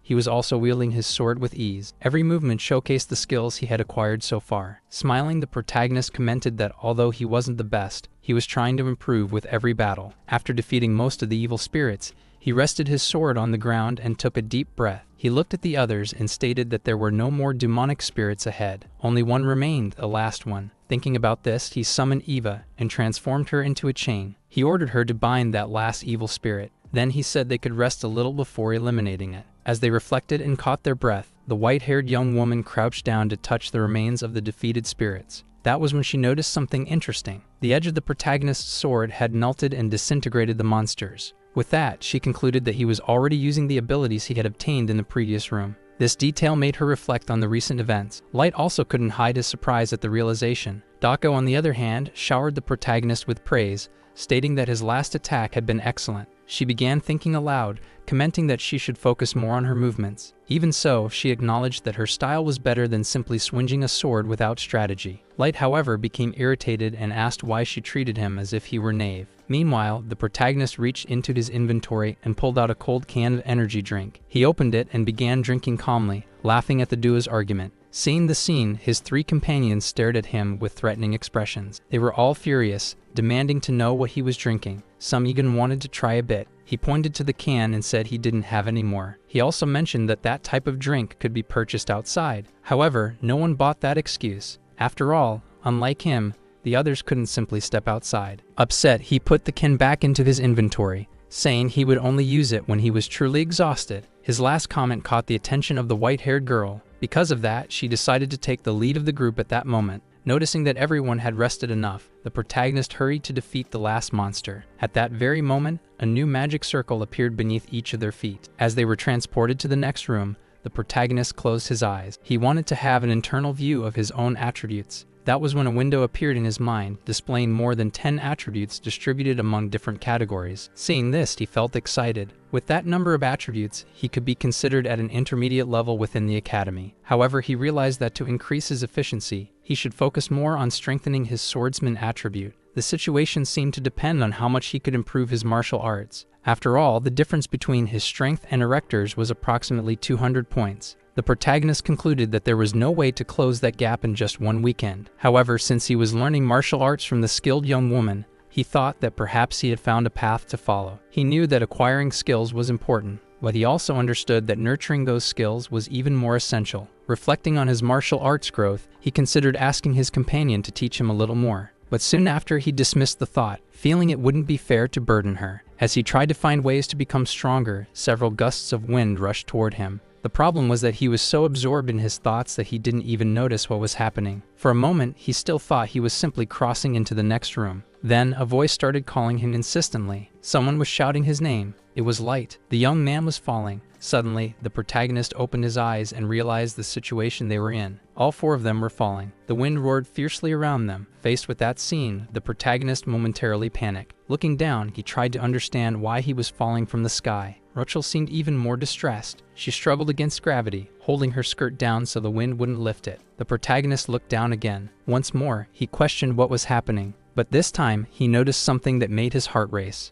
Below them, sharp spears were pointing straight up. Thinking quickly, the protagonist summoned Eva. In an instant, she transformed into a chain. With precise movement, the chain wrapped around Rachel's body, saving her from falling onto the deadly spears just in time. When he saw that his technique had worked, he let out a sigh of relief. Even so, he still held the chain tightly. However, there was another trap right at the transition point as he tried to grasp the situation. He heard someone calling his name. Looking back, he saw the young woman hanging upside down. She had an obvious suggestion. He needed to move quickly. But instead of acting, he was momentarily surprised by the sight of the young woman stuck to the ceiling, upside down. Just as she finished warning him, he heard a loud noise. One of the walls was opening, launching several spears in his direction. He was startled and had to think fast. He couldn't let go of the girl he was holding with the chain. Without hesitation, he quickly pulled the chain. With that motion, she was flung upward. At the same time, the protagonist had the idea to summon Lilith while also directing Eva. The young woman screamed in fear as she was abruptly pulled upward. She needed to be thrown at a precise angle so that the spears would miss her. The protagonist's quick movement caused the spears to collide with each other. When the young woman began falling again, he was there to catch her in his arms. As this happened, the girl blushed slightly. He was very close when he asked if she was okay. Now they were riding a glider bike. Calmly, he apologized for the abrupt pull earlier. He explained that he had no choice since the situation was complicated.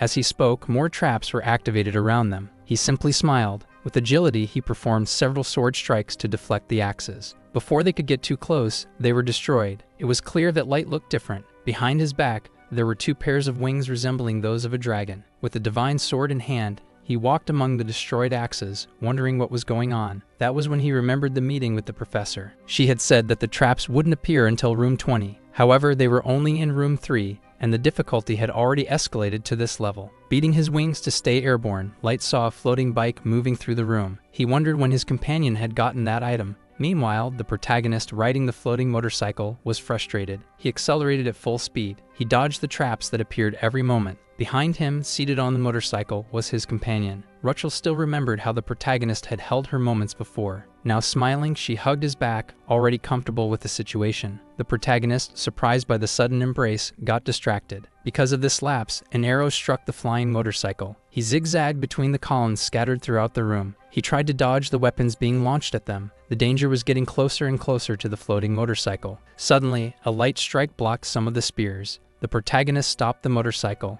Looking to the side, he saw Light floating. He wanted to know what Light was doing there, just running and watching. Looking at Light's appearance, the protagonist was surprised by his wings. He asked what that was. However, the blonde also had a question. Pointing at the flying motorcycle, he wanted to know where it had come from. According to him, that item seemed to belong to Yoon-won's world. The protagonist then asked Light where the girl was. He thought she might have fallen into a trap. However, the situation was different from what he imagined. She was moving skillfully along the tower walls. The protagonist didn't know exactly where she was, but he trusted that she would never fall into a trap so easily. The skilled young woman dodged the spears like a professional, always with quick and precise movements. As he suspected, she kept her eyes sharp on everything happening around her. Now no longer worried about his safety, Light asked the protagonist what they should do. He remembered the manual. According to the instructions, they should. The protagonist asked Light to run to the other side of the room. That way he would have time to analyze the traps. While Light flew to the other side of the room, the protagonist observed the attack patterns. Surprisingly, all the traps were targeting a single person. It was Light. Because of this, the protagonist realized that the traps might prioritize those who moved. He remembered the initial situation with his companion. With that, he finally understood what they needed to do. They had to avoid moving carelessly in that trap-filled room. The protagonist placed his hands on his head, frustrated for not realizing this sooner. Meanwhile, his companion tried to warn him about another arrow coming in his direction. The arrow hit the floating motorcycle. Annoyed, the protagonist pulled the arrow out and held it angrily. He needed to warn the others to stop moving recklessly. But if they stopped, how would they clear the room? Gripping the arrow more tightly, he finally noticed something. There was a reaction happening in it.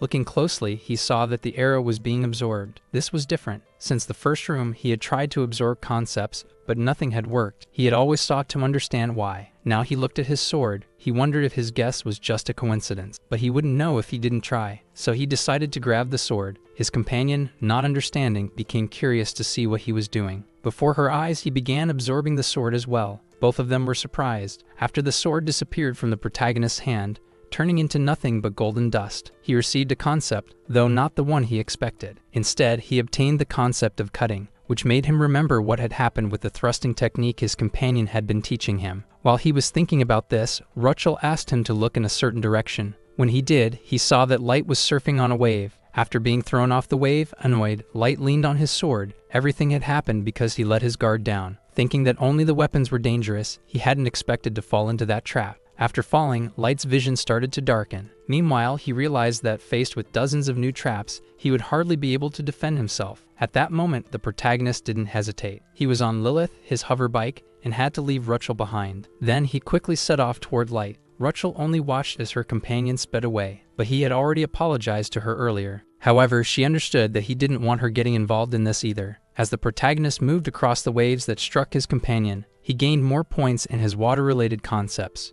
Thus, everything happened as he expected, and just like before, what had touched the protagonist was water, but he had received the concept of waves. Finally, he managed to understand his power and realized why he hadn't received the concept of the sword earlier. As he advanced on the floating bike, Dako jumped from pillar to pillar. Moving quickly to analyze the situation, she was surprised when she looked down and saw the protagonist riding a floating bike, with waves of energy being launched to the sides. However, he was heading toward light, as he had realized that the state of the substance at the moment it manifested determined the concept he would acquire, just like the traps that had once aimed at his neck. He had obtained a beheading concept. Now, with that in mind, he sought to move forward, seeing arrows and spears being activated by the trap. All those weapons were falling toward Light as he approached. He shouted, warning Light that he would take care of the situation, and thus he completed his advance with the bike. At that moment, he expected the ability of the all-seeing eye to deepen a little more. The arrows got closer and closer to Light, who was shouting for help from the protagonist, and he, closing his eyes, stretched out his hands, aiming at the weapons. At that moment, he was trying to use his power, and when he opened his eyes, he activated the ability,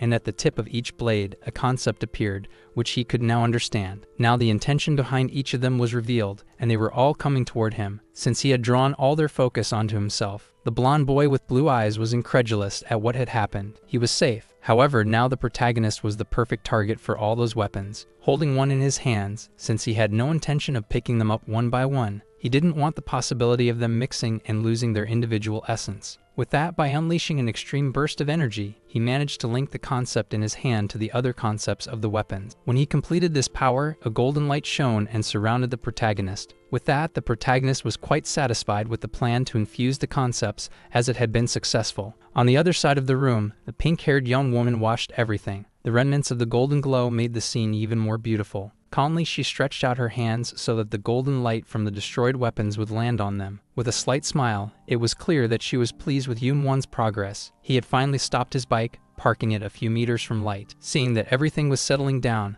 the young man ran toward him. However, the protagonist was satisfied to see that his friend was also unharmed. Light looked at the protagonist in surprise, noticing what he was holding in his hands. The blonde young man wanted to know what it was, but the protagonist admitted he didn't know. He explained that it had appeared when he had gathered all the weapons. While the two were talking, a new trap was activated. They immediately went on high alert. However, to their relief, the two girls appeared, and with incredible synchronized movements, they managed to deflect the swords with their strikes. Thus, they prevented anything bad from happening to them. Rachel sighed in relief. Meanwhile, the white-haired young woman took the opportunity to scold the two once again. The protagonist was so excited by the girl's performance that he didn't even mind. Meanwhile, Light wasn't pleased at all. With the last trap under control, the four spheres reappeared, triggering the room transition, and as they were transported, the protagonist watched the duo argue again. While Light complained, the young woman acted as if she had heroically arrived at the last minute just to show off. The protagonist felt inspired. Even though the two were always bickering, he knew they would always save each other. Regarding Light's complaint,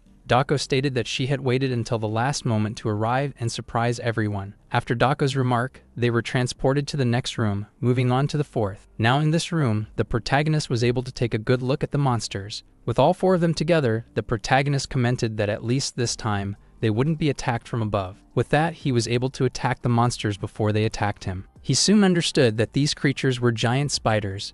Looking at the creature before him, he wasn't quite sure what it was or what its power might be. Light told him that this was a unique monster, the tower spider, and that it could appear anywhere. With that, Light drew his sword, intending to take the lead to protect his friend. Even after Yun-Won's attacks, the spiders had not suffered any damage. After receiving orders from Light, the white-haired young woman showed her indignation. The protagonist was also not satisfied, as he had been unable to be useful this time. The young woman noticed that he was in disbelief at how strong the monsters had already become. Dako stepped in front of everyone, asking them to take a step back. Looking at the protagonist, she asked him to carefully observe her next movements. After she concentrated energy in her hands, it formed into an attack like an energy cannon. With a powerful strike, the young woman quickly reached a large number of spiders. That movement left the protagonist astonished to witness a true explosion of energy. He also realized that the young woman's attack was much stronger than Ava's bullets, and at that moment, she instructed everyone to let the protagonist land the final attack. Looking at the protagonist, she smiled and said she was a phenomenal teacher. Looking back at her, the protagonist gave a slightly awkward smile. Quickly, he drew his sword,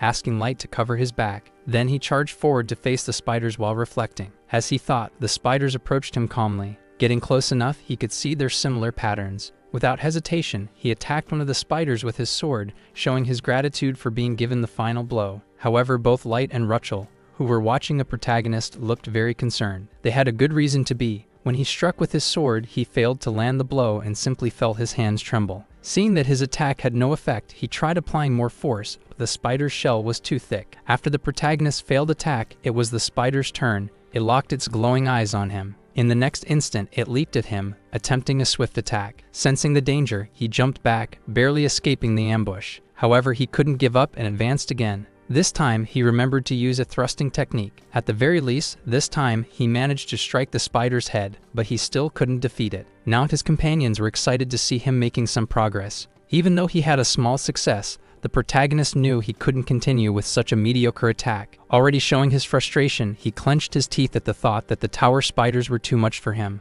Then something surfaced in his mind, an idea he should have remembered before. He had absorbed several concepts in the previous room and still hadn't used them. He realized this might be the perfect moment and infused one into his sword. As soon as the blade received the concept, it began to release small sparks, and with a simple swing, it emanated a powerful aura. That was when he decided to test if this concept would work against his current enemies, the spiders. The sword moved swiftly, following the protagonist's motion, slicing through the spider with ease. It was an incredible feeling when he finally managed to land a successful hit. Light was astonished at the protagonist's instant improvement in just a few moments. Even Doko was surprised, though she remained silent, not wanting to make it public. After the attack, the protagonist felt that he had made a clean cut, but something felt strange. He started wondering if he had swung the sword with more force than necessary, so he tried again. Seeing the protagonist's determination, Light moved forward to assist him, while the pink-haired girl followed as well. Dako, after carefully observing the protagonist, realized that he had done something to his sword in just a brief moment. It was something strong enough to allow him to cut through the spiders with ease now. She continued watching the protagonist's movements as he kept slicing through the spiders naturally. She noticed that, little by little, he was trying to improve his skills. She also knew that, normally, when someone strengthened their sword,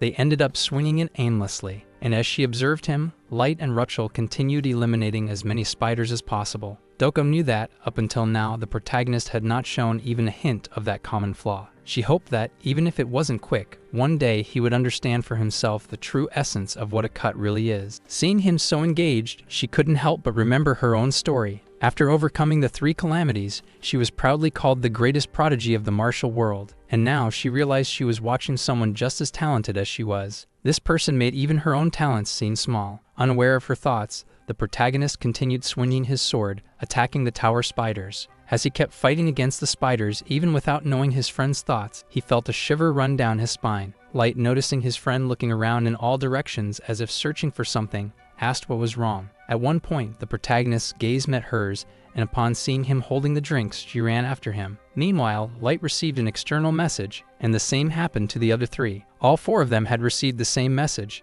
and 3 of them gathered to talk about it. But someone noticed something unusual. The blonde boy with blue eyes was the first to open the message, which told them to leave the tower. The protagonist didn't understand why they were suddenly being told to leave, but they saw that the message was from the director. While Rachel noticed that something was bothering Doko, she herself didn't seem to have realized anything. But the moment of peace was broken when Rachel shouted to alert the others that the enemy was coming. The protagonist was the first to look at the girl, and then all the others turned and were startled. They saw that 2 large portals had opened, with hundreds of spiders pouring out of them. Now they finally understood why they had been told to leave the tower immediately. After the 2 portals appeared, more cracks began to form. When they checked their student identification devices, they realized there was no signal. With the notifications no longer working, the group was completely trapped inside the tower's room. Light, preparing himself, gripped his sword tightly. They knew that this was the exact situation the professor had warned them about, one that could eliminate them for good. The numerous portals completely filled the tower's room with spiders covering the ground, walls, and ceiling. They advanced rapidly, leaving no room for escape.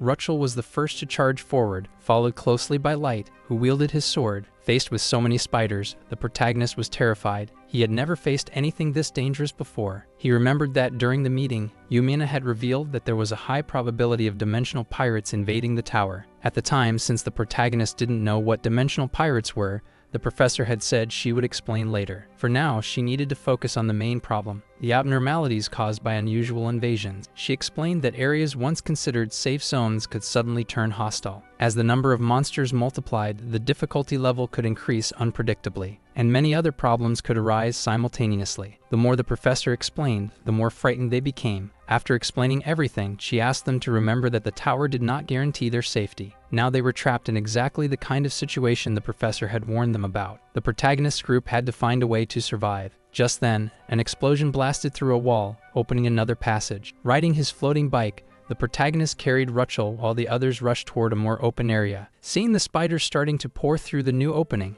Light was growing more frustrated with the seemingly endless wave of creatures. Rachel bared her teeth in anger as she watched the spiders swarming from the adjacent room. Slowly, the glow in the spiders' eyes grew more intense. As they approached the passage the group of students had used to escape, they moved in an organized manner, flooding into the room. Seeing so many enemies, the white-haired young woman commented that they seemed endless. And then she struck again. Using an energy burst, she targeted a cluster of spiders and fired. Her successful attack wiped out many of the creatures. Seeing her determination, Light also decided to join the battle, swinging his sword. Their combined assault was taking down multiple spiders at once, and the protagonist observed the intense battle. Dako must have already defeated dozens of spiders, and Light wasn't falling behind in terms of attacks. Both were already showing signs of exhaustion. Then there was Rachel, who, after using so much of her power, had most of her hair darkened. The young woman barely spoke, she only growled, driven by the urge to eliminate all the spiders. The protagonist knew that if this continued and her hair turned completely dark, it would be a bad scenario. Dako, noticing the protagonist's concern, stopped attacking and joined him. She started commenting on Rachel's situation, and at that moment, she stated that she wouldn't be able to go much further without taking a break. Hearing the young woman say she was getting exhausted quickly, the protagonist didn't hesitate and pulled an energy drink from his inventory. He told her that he would hold off the spiders while she could drink in peace. And that's exactly what she did. She took the drink from the protagonist's hand. With the can in her hand, she smiled and asked if he really believed he could handle the situation on his own. Affirming that he could, he suddenly pulled out a grenade, showing that he was well prepared for the fight. He quickly pulled the pin and got ready to throw it. He asked the young woman to watch closely. Then he hurled the grenade, which flew rapidly above the spiders. As the grenade remained in the air, Rachel took notice of its presence and watched attentively. Suddenly, a strange power enveloped the grenade, and while still mid-air, it exploded. The explosion created a wave of fire, completely engulfing most of the spiders in the area. The massive blast sent out a wave of heat, forcing Light to step back and shield himself with his sword. As he protected himself, he saw the protagonist pass by and asked what kind of power that was. Passing by on his flying motorcycle, the protagonist replied that he had put a lot of effort into that weapon. Now pushing forward, he told Light to take a break. He realized that his companion probably still had a lot of energy, but he also knew he couldn't rely entirely on her power. He kept advancing, unsure of how long the spiders would continue appearing. He knew that if he could defeat as many spiders as possible, he would buy time for his friends. After unsheathing his sword, the protagonist suddenly received a notification that the blood poison in his blade had increased to 15. He was surprised by the rapid growth, and to his astonishment, his cutting concept had also increased to level 2. As he rode his floating bike, he glanced at the sword in his hand and noticed that it was turning red. Although he didn't know exactly what the blood poison was based on, he kept advancing, knowing he would discover the answer soon enough. When he used that sword against the spiders, swinging the sword, a large amount of energy was unleashed along with the cut. Something surprising happened. The trajectory of the blade seemed to change, as if it had grown stronger. As he fought the spiders, he noticed that the cutting concept was increasing the sword's power, and the blood poison was extending the reach of his attacks. However, for that to happen, the sword needed to absorb his own blood. The protagonist felt uneasy with the weapon, realizing he wouldn't be able to use it frequently. As Light approached, he admitted that he was once again impressed by what the protagonist had shown. Seeing Light and Dako approaching, the protagonist asked where Rachel was. The two explained that she was likely still eliminating spiders. The protagonist wanted to insist that Light and the white-haired girl take a break, but they had already rested enough. As they prepared to switch positions with the protagonist, Light noticed that the number of spiders had decreased. Hearing Light mention this, the protagonist and the young woman turned their gaze toward the passage leading to the next room. They saw that the number of monsters was dwindling, meaning the battle was either nearing its end or something much stronger was coming. As the three of them discussed this, the young woman felt exactly what they were talking about, an eerie energy that made her growl. She stopped in front of a specific spot and noticed that a portal, larger than the previous ones, had begun forming in the room. That was when the elite boss of the tower spiders began emerging from the new opening. The protagonist was shocked upon seeing the enormous spider, many times larger than any of the others. While the protagonist was still processing the young woman's words, Light was shouting for his attention. When Light asked whether there should be more than one elite monster, it caught the protagonist's attention, and he turned to look. That's when he understood why Light was so frantic. There wasn't just one monster. There were two. Looking at the second giant spider, Yu-1 realized that this was the worst-case scenario. Now they were completely surrounded by two of those monsters, completely trapped. Light became extremely nervous, questioning what was happening. While he panicked, the young woman continued sipping her drink. Unlike the others, Rachel was growing increasingly agitated. Baring her fangs, her fury was visible in her eyes as she lunged at one of the spiders. She rushed straight toward one of the giant spiders, attacking recklessly. Light was worried, but the protagonist commented that maybe this was a good thing. Now they were naturally coordinating to support each other. They agreed to split up and attack the spiders simultaneously. The protagonist wanted to handle one of the spiders alongside Dako. After hearing everything, Light agreed with the protagonist and prepared to attack the spider alongside Rachel. On the other side, standing face to face with the giant spiders, Yu-1 raised his sword in front of his body. All the confidence they had in splitting up to deal with the spiders seemed to fade as he faced such a monstrous creature. Seeing his hesitation, the white-haired young woman simply sipped her drink while observing him. After finishing her observation, she approached the protagonist. Getting close to his ear, she reminded him that he had said he would handle the spiders with ease by her side. She then stepped back, tossing the empty drink can back at him. After making a comment about the drink, she materialized her sword to join the battle. Positioning herself in front of him to take the lead, she stated that now they would pay the price for their sweetness. Facing the giant spider, she unsheathed her sword. Startled, the protagonist looked at the girl's sword, wondering why she had drawn it. She was clearly demonstrating her technique to him. She noticed his curious gaze fixed on her. She met his eyes with a sharp stare. Annoyed, she said she simply didn't want to dirty her hands and told him not to get any wrong ideas. Dako's words weren't entirely truthful. After watching him for so long and analyzing what he had learned, she knew he was still missing one crucial movement, and she was determined to show it to him in this one opportunity. Then, a powerful energy surrounded her as she prepared to attack. She wanted the protagonist to pay close attention. At that moment, the young woman's eyes shone in a deep blue hue, the same color as her energy. As she moved, stretching her arm for the attack, it was only for a brief moment, but the protagonist lost focus. The reason was simple. Rachel had lost control. Instead of attacking the spider, she started attacking Light. He tried to defend himself by raising his sword,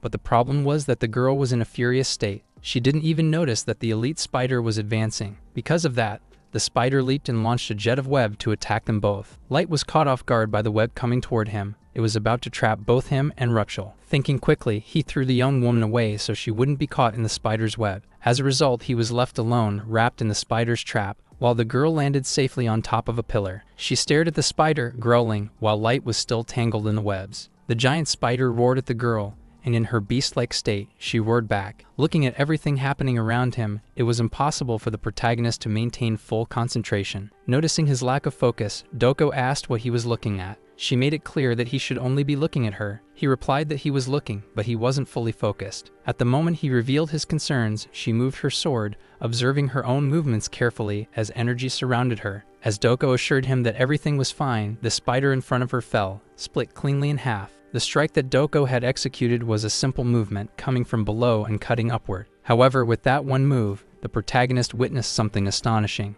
the immense gap in skill between them. After the young woman's slash, the spider collapsed, its severed parts scattering in opposite directions. As he observed that movement, the protagonist suddenly began receiving multiple notifications, concepts acquired. So many that he started to feel a slight headache. He had just understood advanced techniques. Many of his other concepts also leveled up as he absorbed complex martial arts knowledge. The power he had just witnessed was similar to the moment he had seen the force field in Wertima. Trembling from the intense headache, Banyu wondered how someone could infuse so much willpower into their sword. The deadly concept he had just discovered felt so vivid that it sent chills down his spine. With all of this, his vision became blurry. The girl who had been calling his name repeatedly suddenly approached him. She asked if he had carefully observed her strike. When he complained that she was getting too close, she suddenly tossed a violet-colored sphere to him. Now holding the sphere in his hand and looking at it carefully, he noticed it was overflowing with energy. He felt happy but also questioned whether he should really keep it since it was the girl who had earned it. Smiling, she told him that it was his reward, that he shouldn't hesitate, and that he should just accept the gift. From a distance, Light, seeing the two of them chatting so casually, became furious and shouted at them to stop fooling around and help him quickly. He had been trapped in the spider webs for a while and was extremely concerned, because the young woman who had defeated the spider alone was now entering a berserk state, consumed by uncontrollable rage. The protagonist looked at the young woman, startled. Seeing the situation Light was in, Dako said that he was completely useless. The protagonist knew that if they advanced recklessly, they would be defeated in just a second by the rampaging girl. Looking back, he stated that the only person who could handle the situation was the one who had defeated the other spider. Dako didn't seem pleased about having to solve all the group's problems. Meanwhile, the completely out-of-control young woman began looking at the others. Yu-won tried to reason with her, asking for her help since this was an unusual situation. Being persistent and presenting a reasonable argument, she couldn't refuse, but she noticed something, and with that, she decided to move, starting to stretch. Seeing this, the protagonist got excited. Looking at the girl, she stated that she would keep the beast entertained, but in return, the protagonist had to defeat the other spider. As the two conversed, Dako interrupted and charged at Rachel. After attacking her, she even decided to provoke her with hostile words, trying to draw her in more and more. Dako claimed that she could have real fun with this wild girl, and the more she provoked the young woman, the deeper she fell into her uncontrollable fury. At the very least, the young woman got what she wanted. Rachel lunged at her, her claws flashing as she leaped off the spider. She effortlessly dodged Rachel's first attack and jumped back, continuing her insults. With each strike from Rachel's claws, she executed simple movements to evade them, and after several attacks, Rachel had not managed to land even a single scratch on the young woman's white hair. But now that she had positioned herself exactly where she wanted, Dako grabbed the young woman's wrist and threw her to the ground. With that impact, a bit of reason returned to Rachel's mind. However, it still wasn't enough to completely wake her up. Seeing this, Dako released her and threw out a few more provocations. She told Rachel that attacking blindly against someone stronger was foolish and ordered her to get up since she still had plenty of energy. She claimed that she would keep her entertained just long enough to bring her back to her senses. Hearing the young woman growling, the protagonist observed the fight between the two. Seeing the protagonist distracted, Dako scolded him, prompting him to materialize his sword to fight the spider. Even in front of that massive spider, Dako believed that the protagonist could win if he had been paying close attention. Seeing how much the young woman expected from him, he asked what made her believe in him so much. At that moment, one of the spider's massive legs slammed into the ground, right next to the protagonist. He barely managed to dodge, leaping to the side as Light, watching from afar, saw him almost get hit. Despite the spider being in a very weakened state, it seemed to completely disregard his strength. Seeing that even a mere spider was looking down on him, he gritted his teeth in frustration. Knowing what he needed to do to fight back, he summoned Eva. This time, not only did the chain appear, but various magical symbols emerged as well. With that, the chains wrapped around large portions of the spider, which thrashed in frustration as it was restrained. Light was astonished to see that the protagonist had managed to trap parts of the spider. Meanwhile, Dako glanced back for a moment, momentarily diverting her attention from her own fight. But the protagonist advanced with his sword against the bound spider,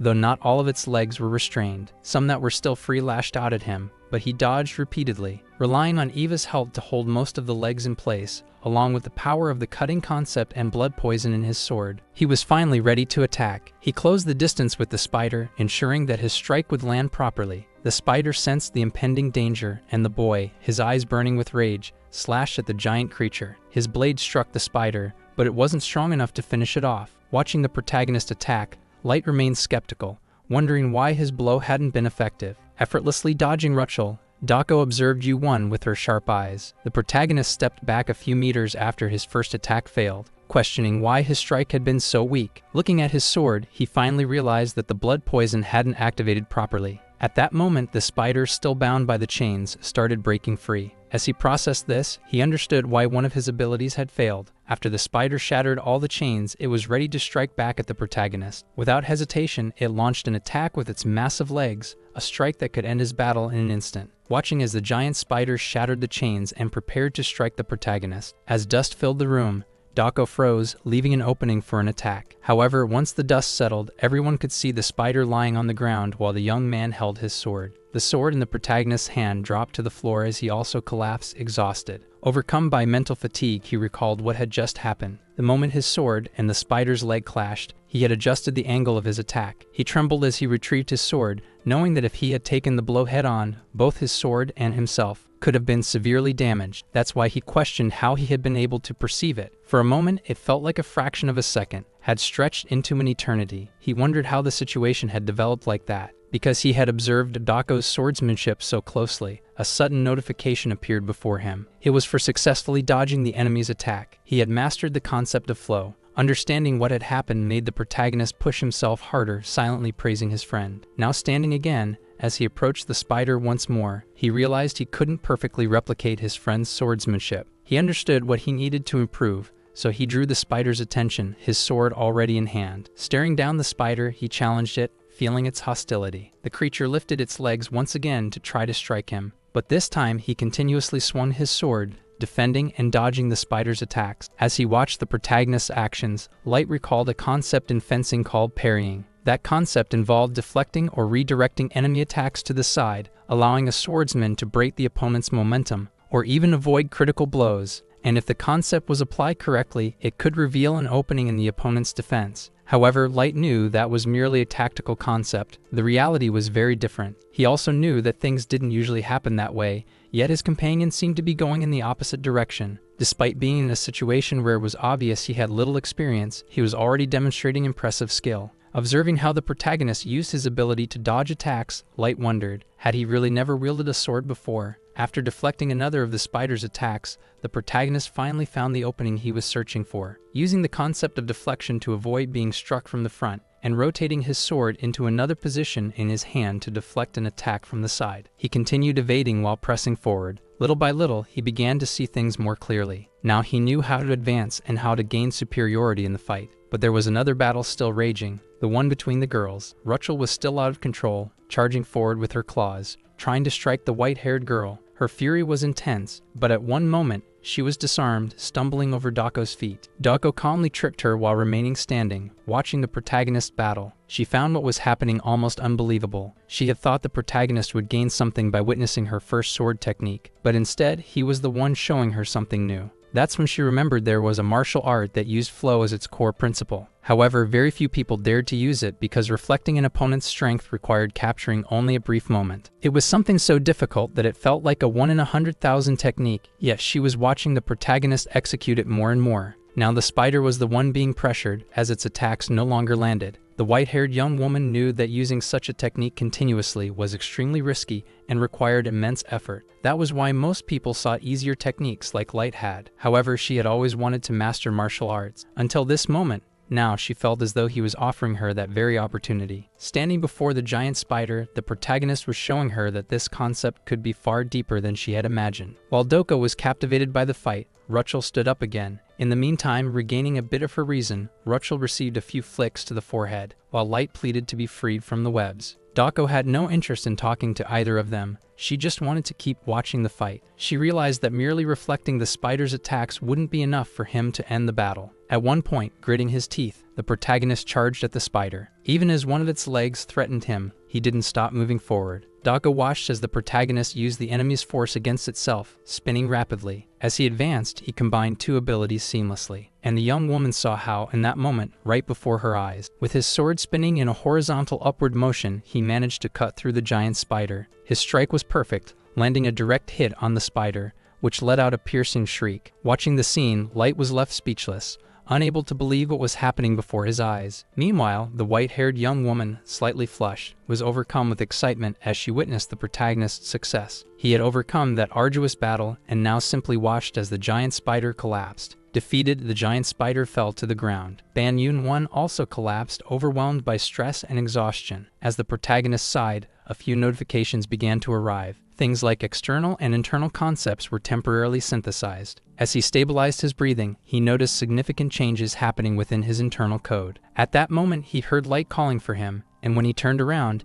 he saw that Light was trapped in spider webs. But at the same time, Dako was also asking for his help in dealing with a wild and uncontrollable beast. The protagonist felt that everyone was relying on him too much, especially when he had barely managed to defeat the elite enemy. Light, feeling frustrated, explained that the webs were demanding that he use magic, while Dako pointed out that Rachel's stamina seemed limitless. As the two argued over who deserved help first, the protagonist had an idea. He decided to absorb the concept of the spider web binding Light, successfully acquiring the concept of web. Feeding the small ego with that concept, he used the web concept to create chains, shaping them into a net, and in the next instant, he threw the spider web in Rachel's direction, aiming to restrain her. She, still uncontrollable, fell to the ground, trapped under the heavy webbing. Looking at her, the protagonist informed her that there was no way to break free from the chains that drained magic. She struggled to escape, twisting her body against the webbing, which only caused the chains to tighten around her. Then, at a certain moment, both of them blushed at the sight before them. Embarrassed, Light quickly covered the protagonist's eyes, who became annoyed at being the only one who couldn't continue watching. Despite the situation being resolved,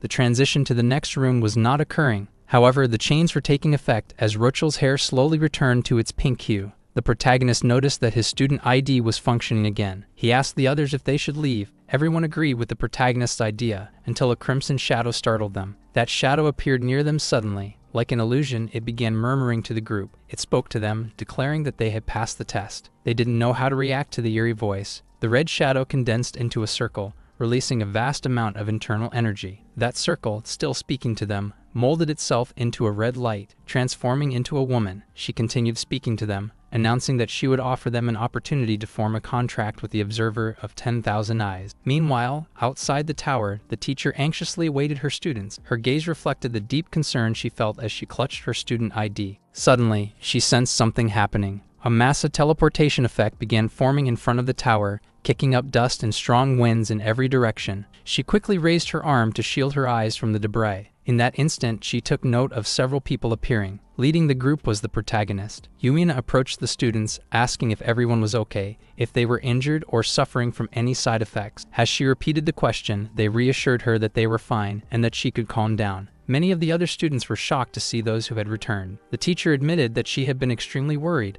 as none of them had exited the tower, even after the evacuation order had been issued. Hearing her words, the 4 students snapped back to reality. The protagonist, contemplating how to explain everything to their teacher, asked if they could move to another location first. The goal was to relocate somewhere more secluded. The protagonist wanted an explanation from her. Since everyone agreed that he should speak on behalf of the group, he began explaining. He told her that he had been caught in an irregularity after transitioning to room 4. He described what had happened shortly after they entered and what occurred after they entered the tower. None of them fully understood what had happened once they were inside. It was even harder to put it all into words. The teacher lowered her head, lost in thought, as if deciding how much to reveal. But in the end, she delivered the shocking news to all of them. She had to inform them that one of the students had been eliminated by an external intruder. She stated that the academy was handling the entire situation. However, the students who had been in the same group as the fallen student were deeply shaken. She explained that this was the event that had triggered the irregularity, and then she asked if she hadn't already warned them about external invaders. They revealed that they were dimensional pirates who were always aiming for new students. If they managed to steal the identifiers, they could prevent their resurrection, trapping them in the tower forever. Hearing this, the protagonist questioned Yumina about what had happened to the invaders.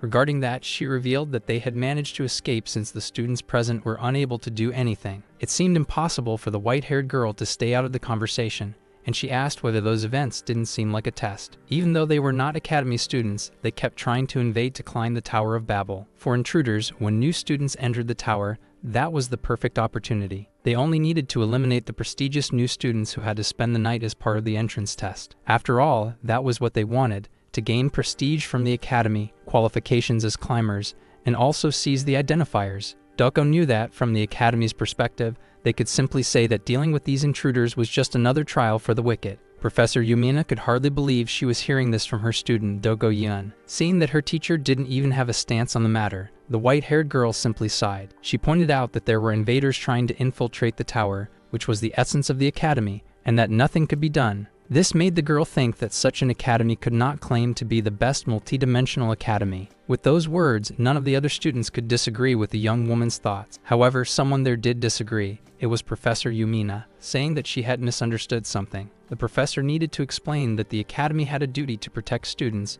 but once they entered the tower, they were on their own. She added that if the tower chose the invaders over the students, they could not interfere with that. Upon hearing the professor's words, Dako became even more upset, and the professor stated that it was nothing more than the tower's will, which had to be respected. Dako, very agitated, repeated the professor's words while gripping her identifier. She declared that, if that were the case, she disliked the situation even more and would rather teleport away than continue that conversation. The professor, seeing that she had left, could do nothing. Even calling out to her, she wouldn't return. Seeing everything, the protagonist intervened and asked the professor to understand, as something very bad had happened in the tower. Hearing this, she asked him to tell her exactly what had happened inside the tower. He thought for a few moments, searching for the best way to explain. He explained that before they returned from the tower, they had an encounter. This made Light and Rachel even more uncomfortable with what had happened, and now the protagonist didn't know how to put into words everything that needed to be said. Yumina sensed that something was off and urged the protagonist to tell her what had happened.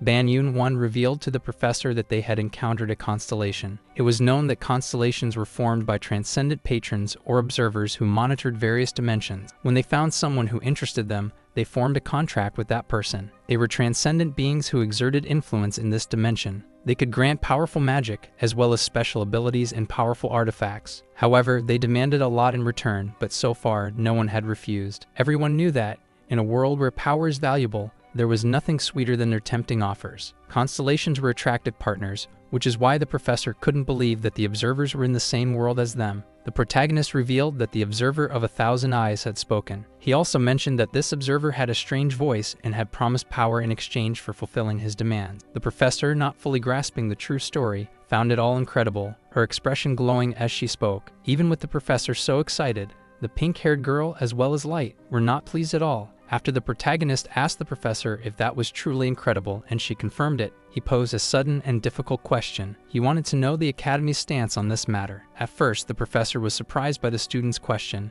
but she affirmed that the Academy officially upheld neutrality. When she mentioned that, deep down, they encouraged the contracts, the protagonist understood that point. Hearing all this internally, the protagonist couldn't believe that a place like the Academy had no defenses whatsoever. Snapping back to reality due to the professor's insistent questions about what the observer had requested, that question made Ban Yun-won even more tense, and he revealed that the request was for elimination. The professor was shocked by what the protagonist had said. She was confused and wanted him to be clearer in his response. That was when he revealed the full story. The observer had promised to contract 2 of them if they agreed to eliminate the other 2. That was the reason for the group's frustration. He recounted that earlier, when they were in the tower, the strange voice of the constellation had spoken to them, making a bizarre proposal and swearing loyal love. The old man extended his hand to the 4, waiting for one of them to move first and quickly fulfill his request. The protagonist remembered gritting his teeth in response to so much senseless talk. He wasn't going to join in on this and hoped that Doko wouldn't either. Looking to the side, the protagonist noticed that his friend was gathering energy. The girl's deep eyes trembled with the amount of power radiating from her. The protagonist told Yumina that Doko was asking them to leave her alone, but the teacher was saddened. She understood that the young woman had released her energy to force the constellation to leave. After recounting the story, the teacher asked if that meant they wouldn't be able to enter the tower. The protagonist had been counting on the tower for the duel against Director, and it was highly inconvenient not to be able to use it. Thinking that he could only train with the remaining time, he called the teacher and stated that he was considering sending a report about what had happened in the tower, along with the recording he had made. She said that was fine, but if possible, she would like to hear more about the matter over a meal. However, when he looked at the girl, he saw that it wouldn't be possible to do that, given everything that had happened. The protagonist explained. Both of them were visibly exhausted, physically and mentally. She was devastated upon understanding the students' feelings. In the end, the teacher praised the 3 for their good work. The protagonist was very grateful for her consideration. Meanwhile, she assured them that she would do everything possible to ensure such a situation would not happen again, hoping that none of them would think poorly of the Academy. With that, she asked everyone to rest well. Light bid farewell to the 2 as he and Rachel left using teleportation. As the protagonist requested that they pass along Dako's regards, he was about to leave as well, but the teacher asked him to wait a moment. She stated that she had a question to ask and warned that she would be direct. Then, with concern, she asked why the observer had not only promised contracts with 2 of the 4, but had instead chosen him and Doko Yun. The teacher's question left the protagonist shocked, but in the end, he confirmed her suspicion. Deep down, he knew that the observer wasn't just trying to turn them against each other. He seemed to be sifting through something, and the observer pointed at them, stating that they could undoubtedly reach the top together, but only if they got rid of the dead weight. When they heard this, both the blue-eyed blonde boy and the pink-haired girl were devastated. That being, who had appeared out of nowhere, who once seemed like the enemy, was now trying to make their 2 friends fight. The protagonist and the white-haired young woman were taken aback by the proposal. The being was promising that, as long as they eliminated the other 2, all climbers would receive even more radiant treasure, and they should take advantage of it because that was the way of the world. After recounting everything and reflecting on it with Professor Yumina, he returned to his dormitory, finding her sitting in a fetal position. She looked at her companion, wondering if Light hadn't even bothered to take a bath. The protagonist approached Light, trying to lighten the mood, commenting on how impressive his sitting posture was. Too bad. He turned to go to the bathroom, while his companion seemed to want to say something. Light asked if he was trying to humiliate him. Rolling his eyes, the protagonist was startled by the question, not understanding why his companion thought that way. His companion apologized, stating that, in truth, he just wanted to vent a little. He said that the protagonist could insult him if he wanted because he was nothing. All of this made the protagonist feel uneasy about being close to Light. A few minutes later, for the first time since entering that room, Light raised his head to look into the protagonist's eyes. He said that he hated him, leaving the protagonist unsure of how to react. Although the protagonist also wanted to express his hatred, he had to be content with just thinking about it. For that reason, he had to endure and wait, telling himself that Light was naive, which could be useful. Despite everything, the protagonist decided to sit down and listen to what his roommate had to say. That was when he told Light that he could say whatever he wanted. He wouldn't mind. However, Light remained seated in a depressed manner, but eventually decided to speak. He said that he was also important in his world. He was one of the most talented,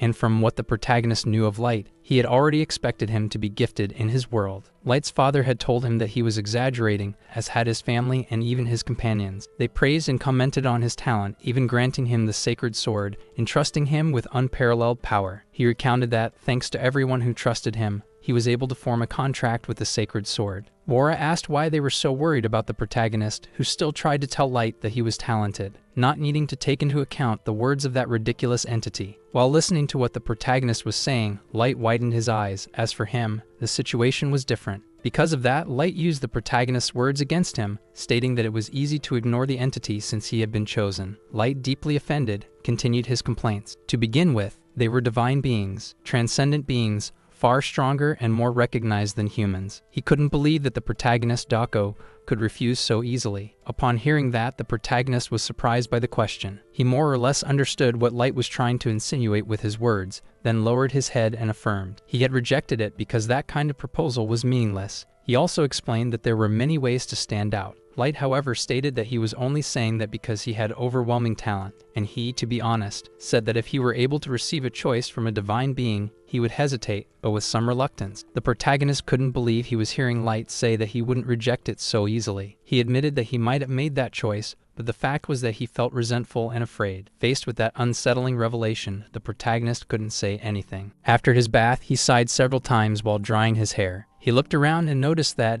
now calmer, Light had gone to bed. Sensing that he was more at ease, the protagonist looked at him for a moment. He even thought that he was asleep and decided to leave. But at that moment, the young man called him. Light, now with a guilty expression on his face, apologized to the protagonist for crying like that. He also said that what had happened wasn't just his fault, and so he apologized for acting that way. Since his friend was calmer and apologizing, the protagonist gave a slight smile. He said it was fine because they were friends. After hearing those words, Light had to try hard not to cry. The protagonist assured him that he could always talk to him, then mentioned that he would need to leave for a while. After that, he opened his inventory and pulled out a mug of hot chocolate, planning to leave it for Light. Placing the cup there, he remarked that unpleasant things tend to go away after eating something sweet. After leaving the room, the protagonist thought for a bit. He felt that he had changed since the first time. While he was still lost in thought, the white-haired girl approached, and he hadn't even noticed her presence. She quickly approached him, her eyes shining, and declared that he was finally back. She also said she was relieved that she didn't have to enter. When the young woman moved toward him so suddenly, he was startled. He asked what she was doing in the male dormitory. She told him to be quiet. She claimed that it wasn't a crime if no one found out. Before he could say anything,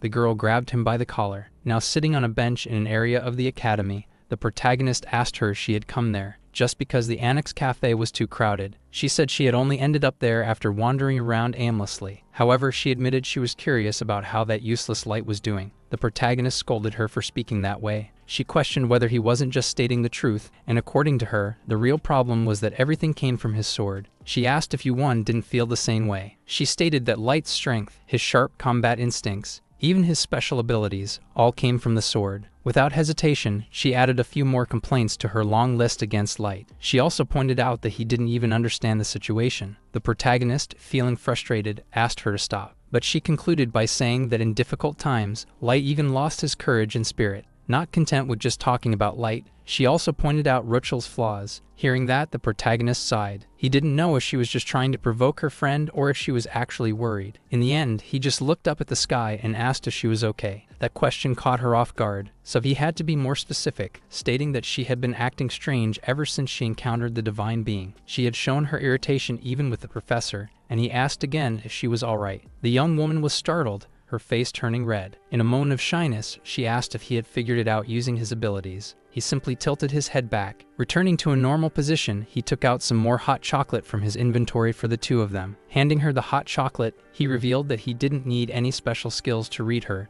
as she revealed everything through her expressions. Dako didn't know what to do in the face of the protagonist's concern. She remained calm, simply taking the hot chocolate. Then she took the first sip of the drink, wondering if he was trying to comfort her. After the first sip, she remarked that the drink was sweeter than she had expected. However, the protagonist wanted to know what she had expected from a sex chocolate drink. She then remembered the observer they encountered in the tower and shared her thoughts with him. She wondered if the two of them thought the same way. So many ideas coming from her startled him. The beings they encountered in the tower existed only to destroy in pursuit of desires. She asked the protagonist if he thought that both the being and she shared the same mindset. Faced with this question, the protagonist was once again taken aback. Knowing that he wouldn't be able to answer, she responded for him. In essence, it was the same thing. She thought that if the two of them weren't useful in some way, she would have considered discarding them. Her words shocked the protagonist. She realized that if she had been more radical, she would have been carried away by the idea of choosing only the best. She could have easily neglected Light and the incompetent pink-haired girl.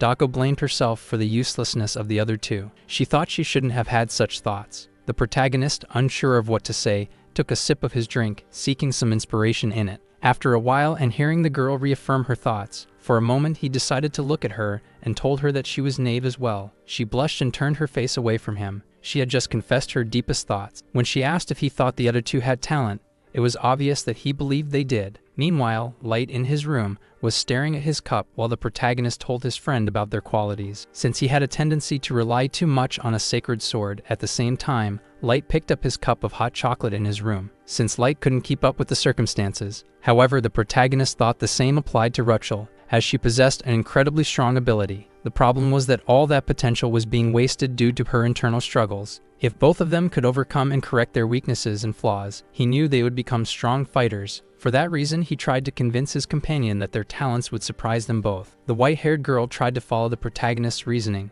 but she didn't have the same capacity. In silence, gripping the sides of her cup, she showed that she didn't have the same confidence in their friends as he did. The problem wasn't that she didn't believe in the others, but she decided to trust the protagonist. This surprised him at first. That encouraged him to hear from her whether if their two friends trained, they would become stronger. The boy suddenly stood up, saying that if things happened as he was saying, that if the duo managed to overcome the challenges and grow, she would admit that he was right. However, if the result wasn't to her liking, he would have to take responsibility. The protagonist didn't like at all what she was saying, that he would have to bear responsibility. However, the young woman left him behind, with all the surprise and doubt still lingering in him. As she jumped down, she warned that if she wasted even a minute of her time, it would be his fault. He would be held responsible. Still, she bid him farewell and asked him to meet up with the other two idiots the next morning. The next day, an intense battle was already underway in the training room. The protagonist watched the fight with a distant look on his face. Light was trying to advance against Dako, attempting to fight barehanded. However, despite all his effort, he couldn't stop the girl from throwing him straight toward the protagonist. Light groaned on the ground, searching for his friend in a completely opposite direction from where he actually was. Dragging himself in his direction, Light cried while demanding an explanation from the protagonist. He insisted, asking why he was the only one being beaten by that brute who kept attacking him mercilessly. When she approached the two, cracking her knuckles, she scared them even more. She stated that they were undergoing physical training, so it was normal for some blows to be a little stronger. Giving him a harsh reality check, she reminded Light that he wasn't like Ban, who learned things quickly. Light then said that he needed his sword, but his friend and trainer didn't allow it. The blonde boy, frustrated, pleaded with the protagonist to hand him his sword. However, the protagonist insisted that he get it on his own since he was being trained by Dako. Looking at Light, he wanted him to believe in them, at least this time, that it was all for his growth. Reluctantly, seeing how much the protagonist insisted, Light agreed, lowering his head. He stood up, thinking that this might mean something. He was determined to trust and try, but just as they were preparing to start again, the only encouragement he received was a foot approaching his face. It was his colleague Dako, who decided to catch him off guard after telling him so many times not to let that happen. While the protagonist was surprised at how fast his friend had gotten close to Light, she continued launching her strikes to train Light, who desperately needed any reinforcement possible. She thought he shouldn't just rely on his eyes to sense the attacks coming his way. As long as he didn't understand what was happening, she would keep attacking him over and over again. She took the opportunity to land more hits on him and, frustrated, told him to pay attention to his stance. He needed to react quickly, not just with his eyes, but by feeling where the attacks were coming from. As the young woman continued taunting Light, the protagonist watched the fight with his all-seeing eyes. He noticed that at that moment, Light's stats were dropping unilaterally in real time. Normally, Light was a monster who could easily handle a Rector, but for some reason, things had changed. Now that he had to avoid using his sword, his abilities seemed non-existent. Still watching the fight, he thought that if this change had been caused by the sword, then Light's condition might be even worse than he had imagined. Meanwhile, the girl kept up her intense battle. She wasn't just launching physical attacks but also psychological ones. She needed him to understand quickly. She kept asking if the real Light was not actually a person but just a sword. Even though he denied it once or twice, he kept getting hit. But already tired of his friend's provocations, he finally started to fight back. A strange power began to surge through Light's body, like powerful flames, and for the first time, he tried to take the initiative. He attempted to throw a punch at Doko, leaving the girl completely surprised. It was an explosive energy strike aimed at her, but Doko managed to dodge in time. However, one of Light's attacks caused a massive wave of air, leaving the protagonist speechless at what had just happened. Beside him, Rachel also couldn't understand how something like that had occurred. Everyone watched, and the young blonde had transformed into a woman. His features had changed, his curves became pronounced, and his hair had grown long. The moment Light stopped hiding and gave up, whatever he had been suppressing was unleashed. Dako looked at Light's appearance and became very irritated. However, at that moment, the power surrounding Light began to manifest and converge. A bright glow and an intense light emanated directly from his chest, making him writhe in pain. It was so intense that he crouched down on the ground while the protagonist ran toward him. There was nothing he could do, as his white-haired friend stopped him, telling him not to worry because Light was fine. She watched as Light returned to his original form, sensing that he wasn't the real problem, but it wasn't something easy to resolve. Sitting on the ground, there he was, with a look of disbelief. Approaching and looking at Light, Doko asked if he knew what his problem was, and at that moment, the confirmation came. She and Ban had been right. Light believed he couldn't keep going like this, but he asked her to continue fighting with him. She gave him a strange look before accepting the request. She stated that, before anything else, she needed to apologize to Light because she had been mistaken. Seeing the young woman apologize in front of him, he felt embarrassed and even scratched his head, saying that she didn't need to apologize. Dako's next words, however, were meant to sting. She said that she had thought he was naive and clueless, but not a completely clueless fool. At that moment, Rachel tugged on Ban's shirt, saying that they should train too. At that moment, he paid no attention to the young woman. The protagonist's eyes were glowing with a strong golden hue. As he observed Light, two concepts were released from him, the demonic spirit and the sacred spirit. The protagonist didn't understand how two such opposite powers could coexist in the same place. He thought this might be the cause of everything. He even wanted to discuss it with a colleague but decided to do it later. First, he apologized to Rachel. The girl accepted his apology, saying it was fine, but she still wanted to train. At that moment, he recalled how she had looked after her own transformation. She also thought things might go wrong, but she believed he would find a way. He quickly summoned his snake, knowing it was the only way to restrain her in case she transformed. Even so, he had some reservations, but the girl was firm in her conviction. She wanted to gain control over her own power so she could help everyone. Determined to grant her request, he walked over to the rack where several wooden swords were placed to choose one. After selecting one, he tossed it toward the girl. She caught the sword with a curious look. Unlike the battle between Doko and Light, the protagonist wanted him and the girl to determine their own pace. He didn't want them to be like the other pair, and the pink-haired girl understood his reasoning. And once they both had their wooden swords, the protagonist asked if they could start. As the girl said she would do her best, something surfaced in the protagonist's mind. He thought that this was what he had always dreamed of for his university life, the essence of youth he had imagined. It wasn't about chaotic fights with senseless powerful strikes. It was about young men and women encouraging one another. Just thinking about it, the protagonist smiled slightly, blushing as he realized how lucky he was. The girl, noticing that he was lost in thought, asked if they should begin. As soon as they decided to start, the adorable pink-haired girl unleashed all of her power, revealing claws. 5 minutes after the beast showed its demonic side, the entire room was covered in dust. As a terrified protagonist, he quickly called his snake. Eva transformed into chains and restrained the girl upon his request. The chains wrapped around the girl's body again, draining her energy and leading to her exhaustion. Shortly after, her power dissipated,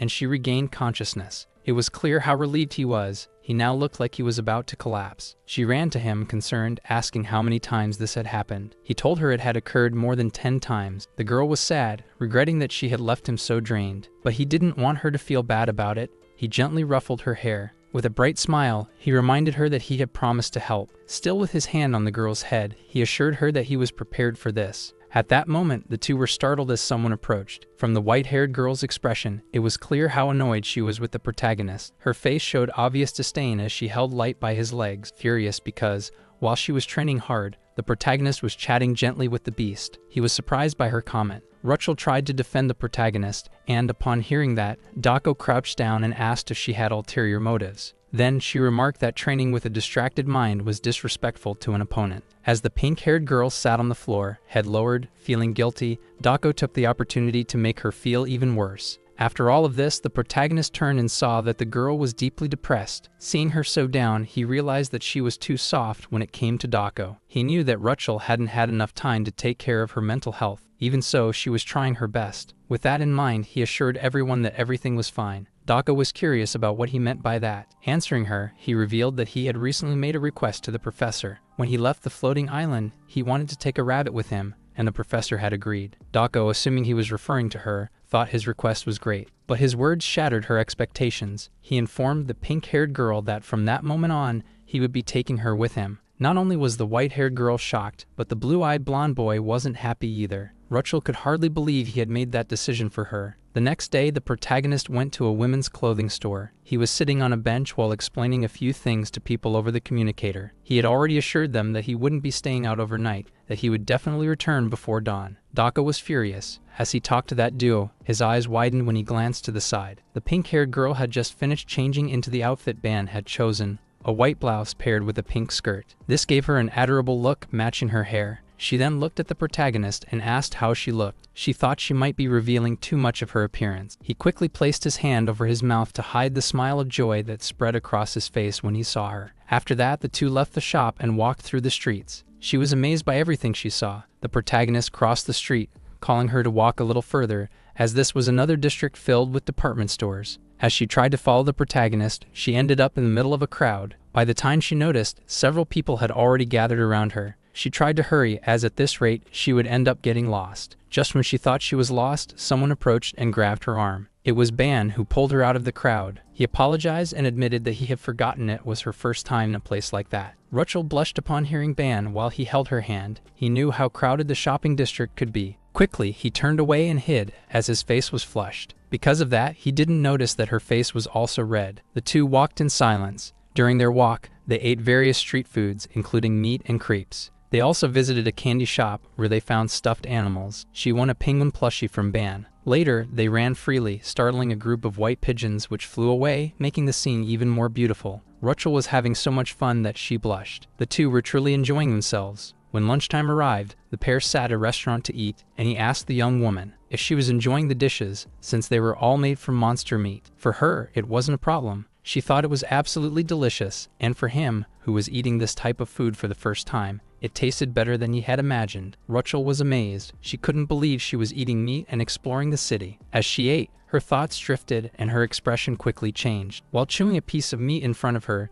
the protagonist noticed the change in her face. Seeing that she looked troubled, he asked if something was wrong, if she hadn't liked the food, but the reason was different. She felt overwhelmingly excited after visiting so many wonderful places. He was surprised to learn why she seemed so down. She was questioning whether what she was doing was fair since she didn't even know if it would help her abilities. The protagonist pressed his lips together, irritated and somewhat upset. In the next moment, he found it important to show her the concept of worry. He asked her to look at his hands for a moment, telling her that the worry she was feeling was taking shape. He explained that, until recently, his ability could sense the anger within her, but now, he told her it was different. Just by spending time together, he could pick up on these emotions. Rachel agreed with the protagonist's words, reflecting on the problems they were facing at that moment. He thought that finally, she might be able to see the symbol above his hand. At that moment, the protagonist closed the hand that held the worry, along with his other hand. Dissipating the concept of worry with a bright smile, he showed his empty hands, declaring that the worries had disappeared. The young woman was amazed by the glowing light vanishing like tiny stars before her eyes. She wasn't just excited by the light, but also by his words when Ban promised to always solve her problems. Hearing his promise, she agreed, finding everything he said fascinating. It felt like magic, as if it could become reality. The protagonist recalled their last battle, when she had attacked him so aggressively. The young woman then changed the subject, speaking more timidly. She said she wanted to get to know the best. The protagonist was curious about whom Rachel was referring to. Of course, she was talking about Doko Yen. Rachel rubbed her hands together in a soothing motion. She admitted that Doko could be scary, but it seemed like she liked Ban a lot. However, she quickly disagreed with that idea. It was more like Doko treated him as if he belonged to her, as if he were a sword. Rachel started laughing at the protagonist's comment. She found it hilarious that he was comparing himself to a weapon. He didn't understand why she was laughing, as he thought the analogy was odd. However, she said that she felt relieved, surprising the protagonist. She gave him a bright, beautiful smile as she told him that she had thought he was some kind of omniscient mage or something like that. The protagonist didn't understand what she meant, nor why she was getting so close as she spoke. She grabbed the protagonist's hand, pulling him along, asking if they could leave now that he had finished eating. Her smile was now much brighter than before, showing that her worries had truly faded. She told him that, as a thank you for everything he had done for her that day, she would choose an outfit for him. The young girl walked ahead, smiling brightly, while he carried the shopping bags. Back at the academy, Professor Yumina was in a meeting in a dark room. Along with her was the filming robot that Ban had given her. It seemed to be under pressure, but she asked it to endure a little longer, as it would be over soon. Watching the recordings, one of the professors was furious that information about the tower was spreading. They were going to find out who had allowed the climb to the tower. He also despised lower beings for their transgressions. A blue-haired professor asked if there was a way to stop the information about the tower from spreading. Another professor stated that there was no actual violation in the videos presented. Even so, several professors remained angry. At one point, someone asked for silence. This person then spoke directly to Professor Yumina. He stated that this was clearly an infraction and wanted to know if she had thought about how she planned to take responsibility for it. Faced with the professor's arbitrary stance, she simply stared at him, holding back her emotions, unlike the robot beside her. Some time ago, Yumina had watched the recordings made by the protagonist. She slapped her own face, realizing that they had truly gone that far. When Ban had said he wanted to climb the tower and record a video, there had been no reason to oppose it. She had even thought it wouldn't work since she already knew that external machines and artifacts didn't function inside the tower. And yet, Ban had ignored common sense and produced results. She ended the video playback shown by the small robot. Yumina was certain that Ban still didn't realize what was happening. It wasn't just the fact that he had brought a recording from the tower, it was the fact that Ban had created a tool that worked inside the tower, something incredibly difficult. The complications didn't stop there. He wanted to publish the video on his channel, knowing that this topic would attract attention. That kind of rebellion would increase his group's popularity among the academy's students, and she was somewhat worried about that. The information about the tower, which they had worked so hard to obtain, would be spread carelessly. She wondered if he wouldn't regret it. However, he asserted that hard work should be shared. Moreover, aside from Tick, his filming robot, there was no other way to record videos, so he would essentially have a monopoly on it. He planned to edit and remove certain topics, such as the constellation, but before publishing the video, he believed she had always stood by his side and thought his progress would be incredible, though it would have some consequences. But he was already aware of that, and it was exactly as Yumina had anticipated in their previous conversations. That incident would attract both major and minor figures. For that reason, Ban stated that he wanted to stabilize his position and asked the professor if she didn't think she would feel safer by looking after them. She secretly smiled, not believing he could be so admirable. Responding to the protagonist, she told him that if he wanted to feel safe, he should avoid causing accidents. She had already developed great expectations. She felt that the things Ban had created would lead to something immense. Because of that, she remained silent, and in the meeting, one of the professors asked what she was thinking about. Reflecting on everything Ban had done and accomplished, she decided that she would support him. So she turned to the professor and asked. Filming and publishing a video of the tower was merely a personal matter, so it was not their problem to discuss. She made it clear that she didn't understand what he meant by wanting to hold her responsible. The professor, Alex Cantoni, had been the one pressuring Yumina, acting against her students. He started laughing, calling her a beautiful liar, raising his voice in an attempt to rally the other professors against her. He asked if he was the only one who felt that her reasoning sounded like an attempt to defend the student.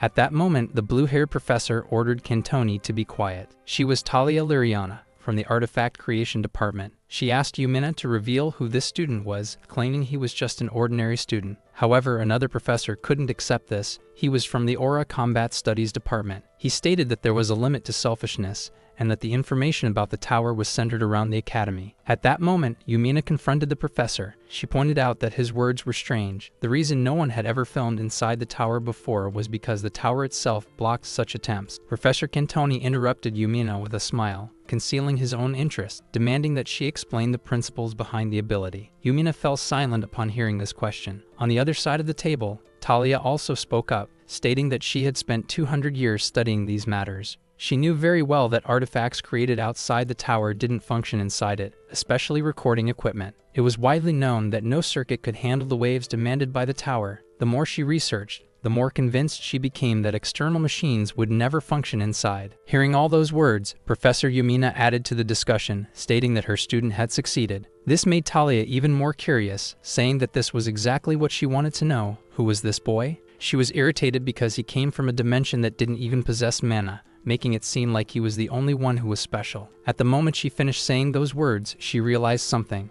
The artifact that had recorded that footage was now with Yumina. The blue-haired professor's expression turned scholarly and determined as she put on her gloves and requested the artifact. Yumina quickly hugged the small robot, refusing to hand it over. She stated that she had been asked to bring the artifact to the meeting, but it was an achievement made by her student, and she couldn't let anyone take it away. One professor after another opposed her. Suddenly, someone raised a hand, asking everyone to stop. It was the professor sitting at the corner of the table near her. That professor was the vice president of the academy and the head of the constellation department. Placing a finger to his lips with a smile, he asked everyone to remain silent so that the heated discussion could settle, and everyone agreed. However, after a while, he was the one to break the silence by suddenly calling out to Talia. The professor became extremely flustered upon hearing the vice president praising her and acknowledging her efforts of 200 years in research. Recognizing that she was someone capable of making sound judgments, he remarked that the artifact created by the student was indeed special. The professor stammered in response. After hearing her confirmation, the vice president stated that this was surely a difficult fact for the professors to accept. When the professors questioned what he meant, he proceeded to explain in simple terms. The student in question had been recognized by the tower. Following that revelation, the professors were left astonished upon hearing such a statement,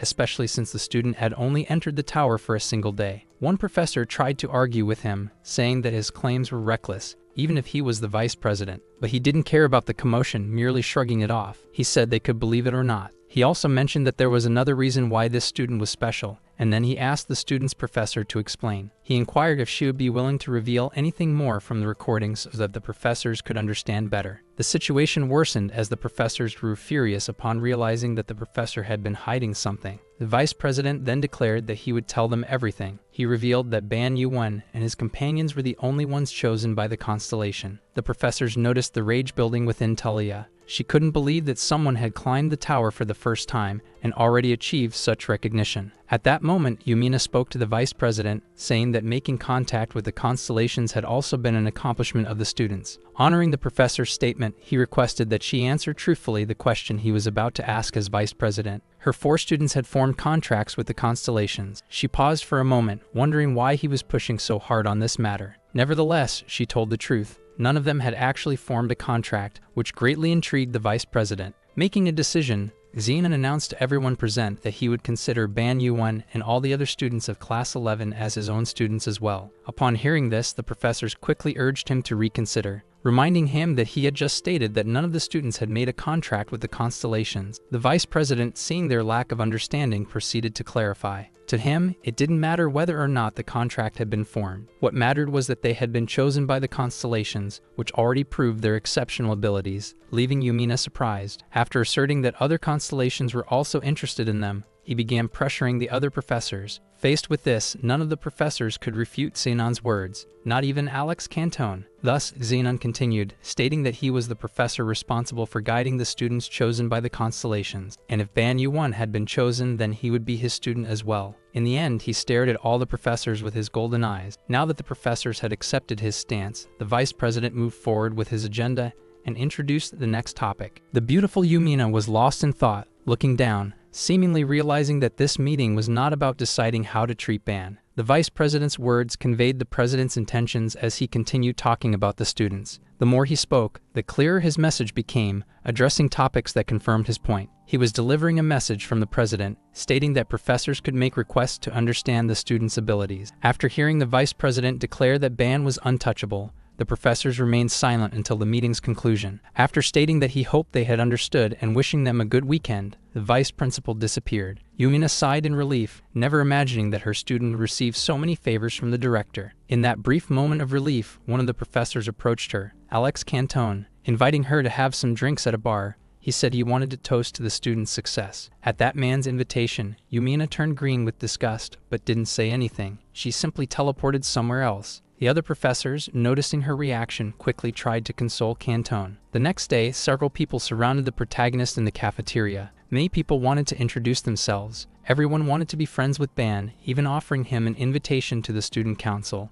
The protagonist was overwhelmed by so many people and so many dating and meeting requests. Meanwhile, Dako met up with the other two companions and wondered what was happening with all the commotion. Light explained the situation and asked if Dako remembered the channel. He revealed that the channel had gone viral. At this point, it was hard to find anyone at the academy who hadn't seen their videos. Hearing the explanation and looking around, seeing several people watching the video Ban had created, Dako found Ban's ideas and skills truly impressive. However, Rachel, observing the scene, pondered over Dako's reaction and what was happening. At that moment, the protagonist placed his tray on the table, asking what was going on that morning. Exhausted, he couldn't help but rest his head on the table, overwhelmed by everything happening. The protagonist also wanted to tease Light, saying that he had many fans and should be kinder to them. They were suddenly interrupted by a loud voice that caught Ban's attention. Someone was saying that it was a joke to make a fuss over manipulated images. Some guys were bad-mouthing the protagonist's group. They looked in Ban's direction, saying he should wait because, the next day, all his lies would be exposed. The antagonist then remembered that the next day was the scheduled duel with Erector. It would be the day he faced the stone boy, Erector. After hearing all the insults from those guys, he realized they were exactly the ones who would be rooting against him in the duel. Light also agreed with the protagonist's assumption, while Rachel offered him support.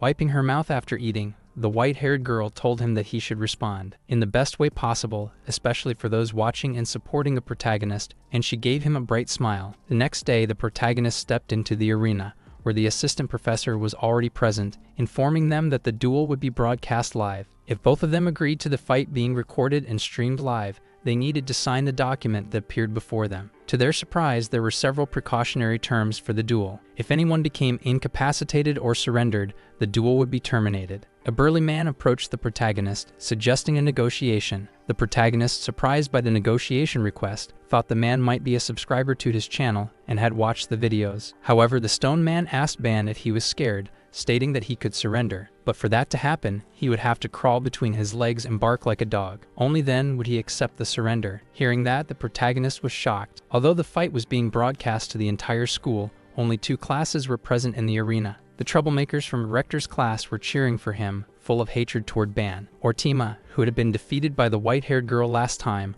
watched the arena with a curious look. However, his gaze was not on the fighters but on Dako. She was with the other 2, trying to check with Light how the audience was reacting. He informed the girl that the viewers of the broadcast had already reached 10,000, and many were cursing Ban. Dako had already expected this. In the best-case scenario, the people who liked him, thanks to the videos, would only be a small group. That's why she wanted Ban to prove, now that so many people were watching, whether he had the strength to reach the top or not. The protagonist was thinking about Erector's words, about crawling and barking. It made him secretly smile. He had never imagined he would actually hear something so pathetic. It was so ridiculous that it sounded like something out of a third-rate soap opera, so he turned his attention to Erector. He gave him a look that seemed frightening, asking if he had put in a lot of effort just to provoke him. Erector returned the same grin to the protagonist, asking how long he would be able to keep acting so calm. The protagonist shrugged, stating that if he was acting calm or not, Erector should find out by facing him. Saying that, the protagonist drew his sword and taunted Erector. Erector got annoyed,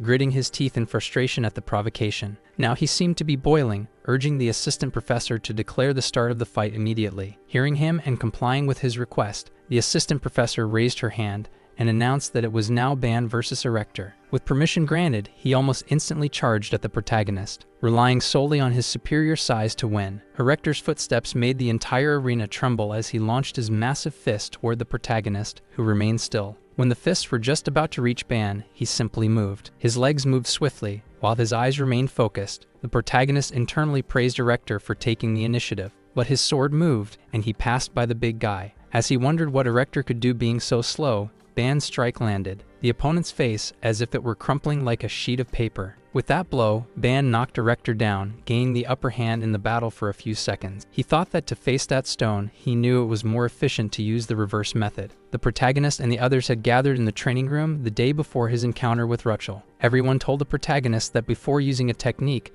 there were trials and errors. Therefore, he learned that when facing a new opponent with a new attack, he should be able to use the technique. Only then could he say he was mastering the reverse method. After the theoretical approach, he would move on to the practical. The protagonist had a sword to try and block at least one of the strikes. Dako, he trembled with fear, but he knew that she was teaching that method so that Erector wouldn't even be able to touch him. The protagonist, having executed the technique moments ago, felt that this was true. Unlike Dako, Erector was much worse as he managed to get up, still wondering what had happened. However, before he could understand, another attack was launched in his direction and Erector fell to his knees. As the protagonist watched, he noticed the effect conveyed by the technique the moment before his attack landed. His sword had been infused with a wave of energy. Thanks to that, Erector's stone-hard body transmitted the energy like a ripple, causing severe damage and leaving Erector furious, even questioning how Ban could hurt him. The protagonist, crouching down to be at the same height as the big guy, apologized and told him to stop complaining. Looking into Erector's eyes, he said that if he didn't want to continue,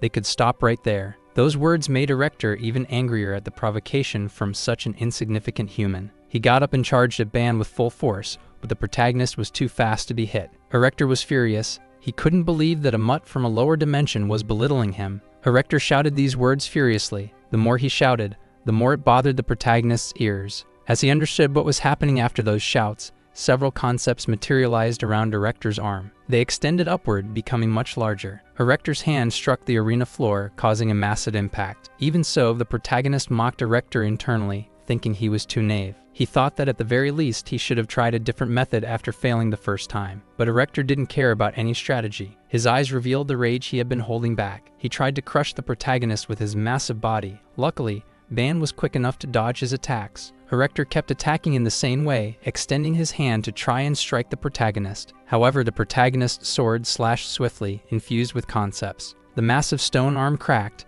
now being cut apart by the protagonist's attack. Faced with multiple identical attacks, Ban had no choice but to counterattack. Just like the first time, taking heavy damage, Erector screamed in a mix of pain and hatred. While the fight was happening, many people watched and followed the live broadcast. Among them, even the directors were keeping an eye on what was happening. Even though it was an irrelevant fight, he was watching. Just like the vice director, many people were watching and couldn't understand what was really going on. Light told the pink-haired girl that everyone's reaction was expected. They didn't believe it even when seeing it with their own eyes. Now everyone had to accept that, compared to when he first appeared at the academy, the protagonist was several times stronger, and that was undeniable. The students of Class 1, the same as Erector, couldn't believe it, as their companion was taken out right at the beginning of the fight. Now they were wondering if the abilities shown in the video from the channel could be real. Even the substitute teacher was fearful, seeing how easily Erector was defeated. He knew that just a week ago, that boy had been feeling weak, to the point that he asked for a week to train. The professor wasn't quite sure what had happened to the protagonist in just a few days. While the professor was dealing with the message he received from the teacher's assembly, the protagonist was thinking about what to do. Erector stood in front of him, unable to move. To him, attacking someone who couldn't even make a move was ridiculous. He stared at him for a while, hoping he would get up so they could continue the fight. While he was waiting, he heard the professor, who had already raised his arm, declaring that the fight was over. The professor's announcement took both of them by surprise. It was the decision of the observing teachers of that match, and he was declaring the duel finished. As the professor spoke, Erector's eyes were filled with hatred, as he felt the professor was deeming him incapable of continuing the fight. Despite Erector's outrage, the assistant professor announced that the duel would end at that moment. Even though the protagonist tried to say something, the professor stated that neither of their objections would be accepted. Ban still gritted his teeth when the assistant professor ordered him to leave the arena. Very upset, but with no other choice, he left the arena while muttering complaints. Drawing his sword, he was frustrated because he hadn't been able to decide whether he would win or not. He was upset and frustrated, but at least he hadn't lost. The sadness in his friend's eyes was evident. As he left the arena, feeling down, he heard Erector calling him an insect and telling him to wait a moment. Even though the assistant professor stated that he had been deemed incapable, Erector didn't care about losing to someone like that insect. Looking Ban in the eyes, he wanted to put an end to that humiliation once and for all, even if it meant going against the professor's word. With that in mind, he charged at the protagonist first. That was when his arm became covered in thorns, and he shouted his intentions at Ban. The assistant professor was alarmed, yelling for Ban Yuan to dodge immediately. However, Ban simply ran his hand over his sword again, unwilling to dodge. Even under Erector's furious gaze, he remained calm and still while the giant bellowed. He knew his opponent had already been ordered to stop, but he wouldn't. He thought himself superior because of his background. He believed he was untouchable and didn't need to follow the rules. With that thought, Ban infused some concepts into his sword. Observing everything, Ban knew that the fight had only been stopped because of the teacher's decision, And now that man was acting purely out of pride. That's why he raised his sword, determined to end it as quickly as possible. Now, with his eyes glowing in a different color and a newfound determination, he was ready. As soon as his opponent attempted to strike him, Ban simply counterattacked. Rector's eyes rolled back in rage and pain, and the protagonist believed he had done the right thing. After so many insults, he couldn't stay silent any longer. Rector only stopped screaming when he realized what had happened after the protagonist's strike. Rector had lost his arm. The students from Rector's class held their heads, all wide-eyed in disbelief. Even Ban's friends couldn't believe what they were seeing. Everyone began voicing their opinions loudly. At that moment,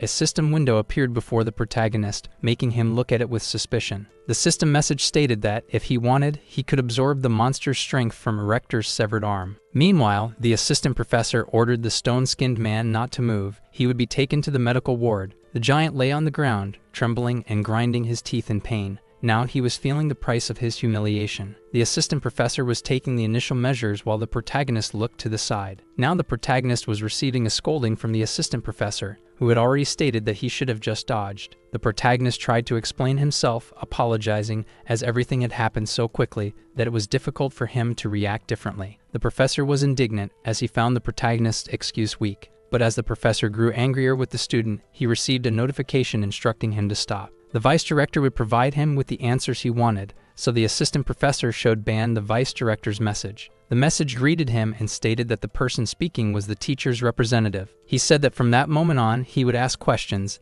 and Ban would have to answer honestly. He wanted to know if Ban had been unable to dodge. The teacher's representative stated that their forces were so conflicting that even the teachers had decided to end the duel. Now he demanded an answer that could be accepted by everyone and insisted on knowing why Ban had not dodged the attack. The protagonist simply stared back with a closed expression, offering no response. The protagonist thought that, even after acquiring the ability, he had never deeply reflected on what the so-called spirit words truly were. Now with the question consuming him, he felt an overwhelming pressure beyond the screen and wondered who that person could be. Because of this, he asked the person on the other side how they had guessed, since he hadn't dodged the opponent's attack, but instead counterattacked. He believed that a student who disrespected the authority of the teachers and acted however they pleased deserved to face the consequences. The person on the other side wanted to know if he was saying that teachers were the authority. The protagonist agreed and continued, saying that moreover, in an official setting where rules should be strictly followed, this was necessary to prevent other students from disregarding the rules and attempting stealth attacks. While exchanging messages, the group of teachers could hear everything that was happening. He continued saying that if he had responded peacefully in that situation,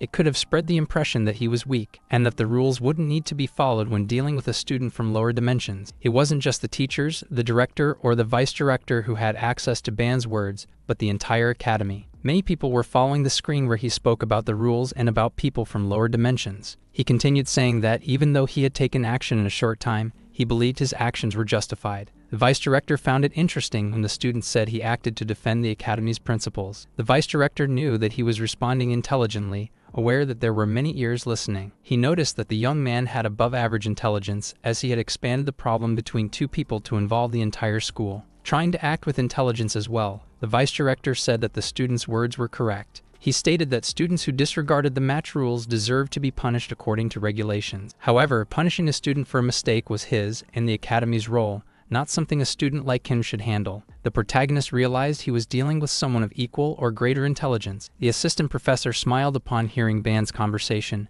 and the vice director thought that, regardless of the nonsense people said, his opponent was strong. With that, the student said that if the director was right, and if he had violated the authority of the teachers, he apologized, and he concluded by saying that, in any case, he was willing to accept the punishment for what he had done. The vice director was satisfied upon hearing this. The director said that everything was fine and that he wasn't asking to discuss punishment in the first place. Those words relieved the protagonist, but the assistant professor was left speechless. Xenon, thinking he understood, believed that the young man had the eloquence to win the favor of a constellation. He announced to everyone that he would accept Ban Yuan's self-defense as justified. Those words made Light and Rachel happy. The assistant professor even tried to argue with the vice director, who ordered him to stand still and stop that disgraceful behavior. Moreover, the assistant professor was scolded for not handling the students properly. He hadn't shown the necessary discipline during the match, and was told that dealing with his right arm was an easy fix, ending the matter. A notice was given for the students watching the match to return to their seats. While the announcements were being made, Dako was relieved that everything had ended without further incidents, and Light agreed with her. The director also said that the student band had put in a lot of effort and could leave at that moment. Showing respect, he bowed to the assistant professor, who was fuming with rage at that moment, and left. He was turning to leave when he seemed to notice something. The communicator still displayed "See you later." However, when he turned and looked, there was no message on the screen. Dan felt like it was happening again. After the incident, he joined his friends, who were happy to have him back. Light said that the sword strikes he used at the end were incredible. The protagonist said it must have been because of the tower. Dako praised him, saying she enjoyed watching since he had grown stronger. She asked him how it felt to gain a new power and if he found it useful. Feeling a bit awkward, he scratched his head and said that it was all because she had trained him so diligently. Dako embarrassed the protagonist when she brought up the stone man's arm. She scared him even more when she revealed that she knew he had absorbed it. That made him recall when he was in the arena and the message appeared. He didn't think it was possible. The system message showed several possibilities from which he could choose. Just to be safe, he only took a little. And when it worked, he found it unbelievable what was happening. He took a bit of each and realized that all the traits were incredibly strong. Up until that moment, he couldn't freely manipulate the concept of living people. He told his friends that he could now extract specific parts by cutting them. His expression turned sad as he said that he had ended up absorbing the strength of his opponent's right arm. Dako asked him if that wasn't a good thing and why he was pretending it wasn't. He said that at first he was happy to be getting stronger, but then, upon realizing it, he wasn't actually fighting the same monster as before. He shared with his friends that, after everything, he felt abnormal and uncomfortable. The white-haired young woman, shouting, told him to lift his head because there was no reason to say such nonsense. She reminded him that the opponent had been attacking him with murderous intent the entire time. She told the protagonist that, in a life-or-death situation, he should know what the choice would be. Her words brought some comfort to the protagonist, hearing her say that he shouldn't feel guilty for making his choice. After calming down a bit, he said he had been overthinking things and apologized to his friends. Dako told him that he couldn't just go around cutting off the arms of those in the so-called special class. While the girls were arguing, he seemed to have received a message that made him extremely worried,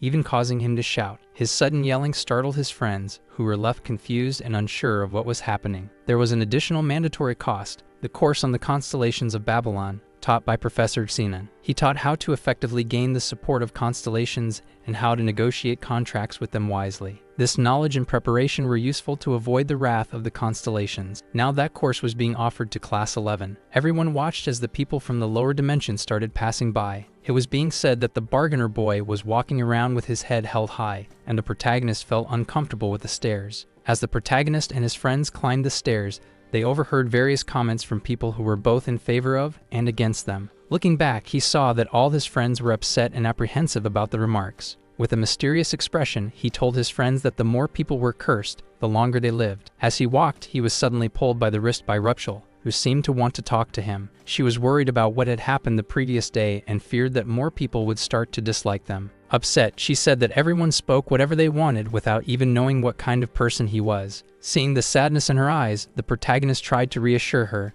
telling her that everything was fine. Placing his hand on her head, he asked her not to worry too much about those things, and he thanked her for all the kindness she was showing him. However, those who were watching them weren't pleased with that level of intimacy. Light and Dako thought it was unnecessary. They had already gone out together over the weekend, and now they were perfectly in sync. Dako asked the pink-haired young woman if she had liked the clothes she received that much. Rupchel, who usually remained silent in the face of teasing, asked Dako if she was jealous, leaving the protagonist flustered. Dako got angry and asked Rupchel if she hadn't gotten tired of getting beaten by her yet. Rupchel made it clear that she knew the young woman would keep hitting her one way or another. Standing at the door, they observed if it was indeed the classroom for the Babylonian Constellations course. Light was sure there had been a class last week, but didn't know what would happen if people like them mixed with the others. He was afraid of what the senior students might think, but the protagonist told them not to worry about that. Summoning his courage, he gripped the doorknob to open it and begin participating in the course. He responded to Light, saying that everyone would simply think that talented juniors were joining them.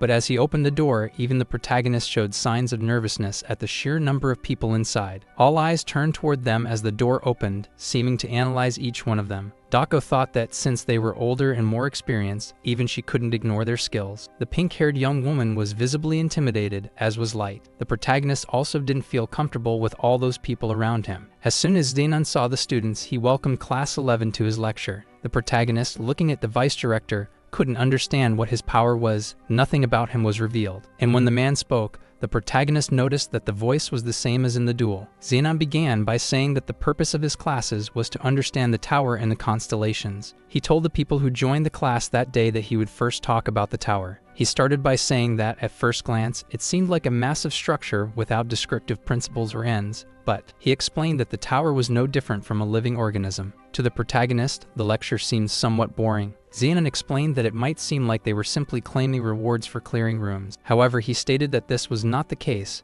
It wasn't that they found some rewards and the tower willingly gave them. The tower did this to distinguish the most outstanding climbers among all. And for those individuals, it granted even greater and more exceptional treasures. There were also the transcendents, such as mediums. That was a basic condition for any intelligent being to reason like a superior entity. It was a fragile system that could be turned upside down by a single irregular intruder using non-standard routes. All the professor's talk sounded like nonsense. The protagonist didn't believe any of it. Although he remained silent, he was always thinking about something. That was the moment when the Chancellor's mass email was sent. The protagonist remembered that this happened shortly after the intruder entered the tower. What if the irregular phenomenon with the swarm of spiders in room 4 had been caused by the intruder? The problem was that the difficulty seemed strange even in room 1, where those creatures were definitely elite monsters. It was odd if the tower had only started behaving strangely after they reached room 4 and the introduction began. With that, the strange things that happened in rooms 1, 2, and 3 could not be explained. Now with the professor saying that the tower could be a living organism,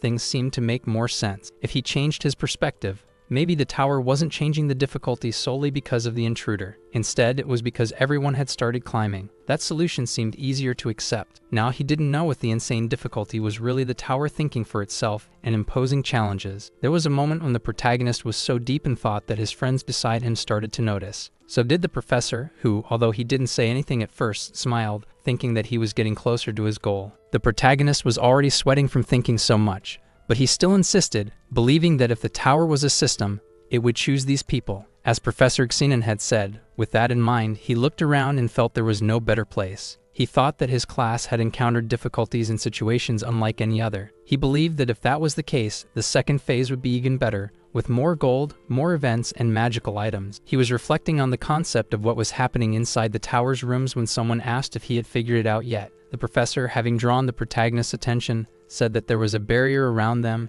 and that many students hadn't discovered it yet. He then congratulated Ban and Rutschel for finding an orb on the first day of class. With that, he announced to everyone present that Class 11 was fully qualified to continue attending the lectures. Xenon raised his hand and tossed something into the air. Soon after, a poor violet orb landed. The professor said he had a question for the student Ban. He asked what Ban saw when looking at that sphere. Even after staring for a while, Ban couldn't see anything because it was immeasurable or unknown. Being honest, he admitted that he wasn't seeing anything. The professor asked him to concentrate a little more and check again. Despite the protagonist insisting that he couldn't see anything, the professor urged him to focus harder, believing there had to be something he could perceive. Even though he was genuinely trying, the words immeasurable and unknown were all he could grasp. He was supposed to uncover the secret of that orb, and for a moment, his eyes widened. With that, he managed to see the core concepts of the orb: barriers, separation, and protection. He mentioned that beyond that, there was something he couldn't understand. The professor told him to close his eyes and rest. The assistant professor simply smiled, thinking that the young student had discovered 3 of the orb's main abilities. With the protagonist rubbing his eyes, looking tired and light watching, he now understood why the director had so much faith in him. Pointing at the orb, Violeta asked the protagonist if he had figured out what it was. Being honest,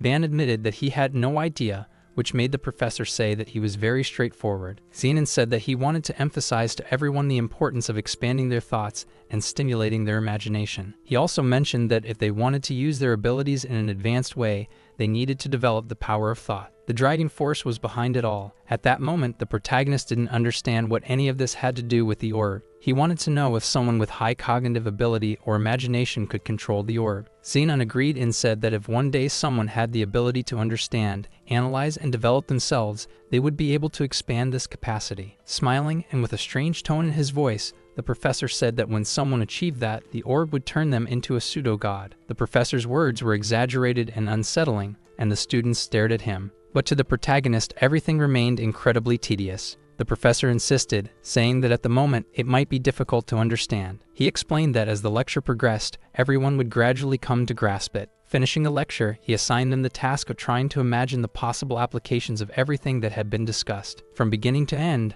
the protagonist found the lecture extremely complicated. A question lingered in his mind: if God was God, then what was a pseudo-god? He didn't know if it was something similar to a god or just a false imitation. His thoughts were interrupted when Light called Ban to leave. Meanwhile, Ban was asking someone from his class to explain the lecture again because he hadn't understood it. At the same time, Light said he had expected the protagonist to summarize it well, but his eyes widened in shock as he looked ahead, seeing Ortima. Once he recovered from the shock, he managed to ask Ortima what he was doing there. The rough-looking young man responded that he was the one asking the questions. He wanted to know where she was, and Light could hardly believe that he was referring to their classmate. Suddenly, Doko arrived, asking why everyone was gathered together. Smiling, she sarcastically said that she thought something serious had happened. The protagonist, feeling awkward and not wanting things to escalate, didn't quite know what to say. Ortima stepped closer to the white-haired young woman and confirmed if her name was Dako. He said he had business to discuss with her. She continued mocking him. She asked if he was making another duel request, saying that if he wanted to hurt her, she wouldn't stop him. He fixated on her, saying that dueling inside the academy seemed difficult. While she spoke, the young man suddenly dropped to one knee and told her it wasn't a duel request. He pulled out a beautiful bouquet of flowers and offered them to the furious young woman standing before him. Leaving everyone shocked, Ortima asked the young woman on a date, his face turning red with embarrassment. The people behind him, their eyes wide in disbelief, never imagined such a scene was possible. Just like them,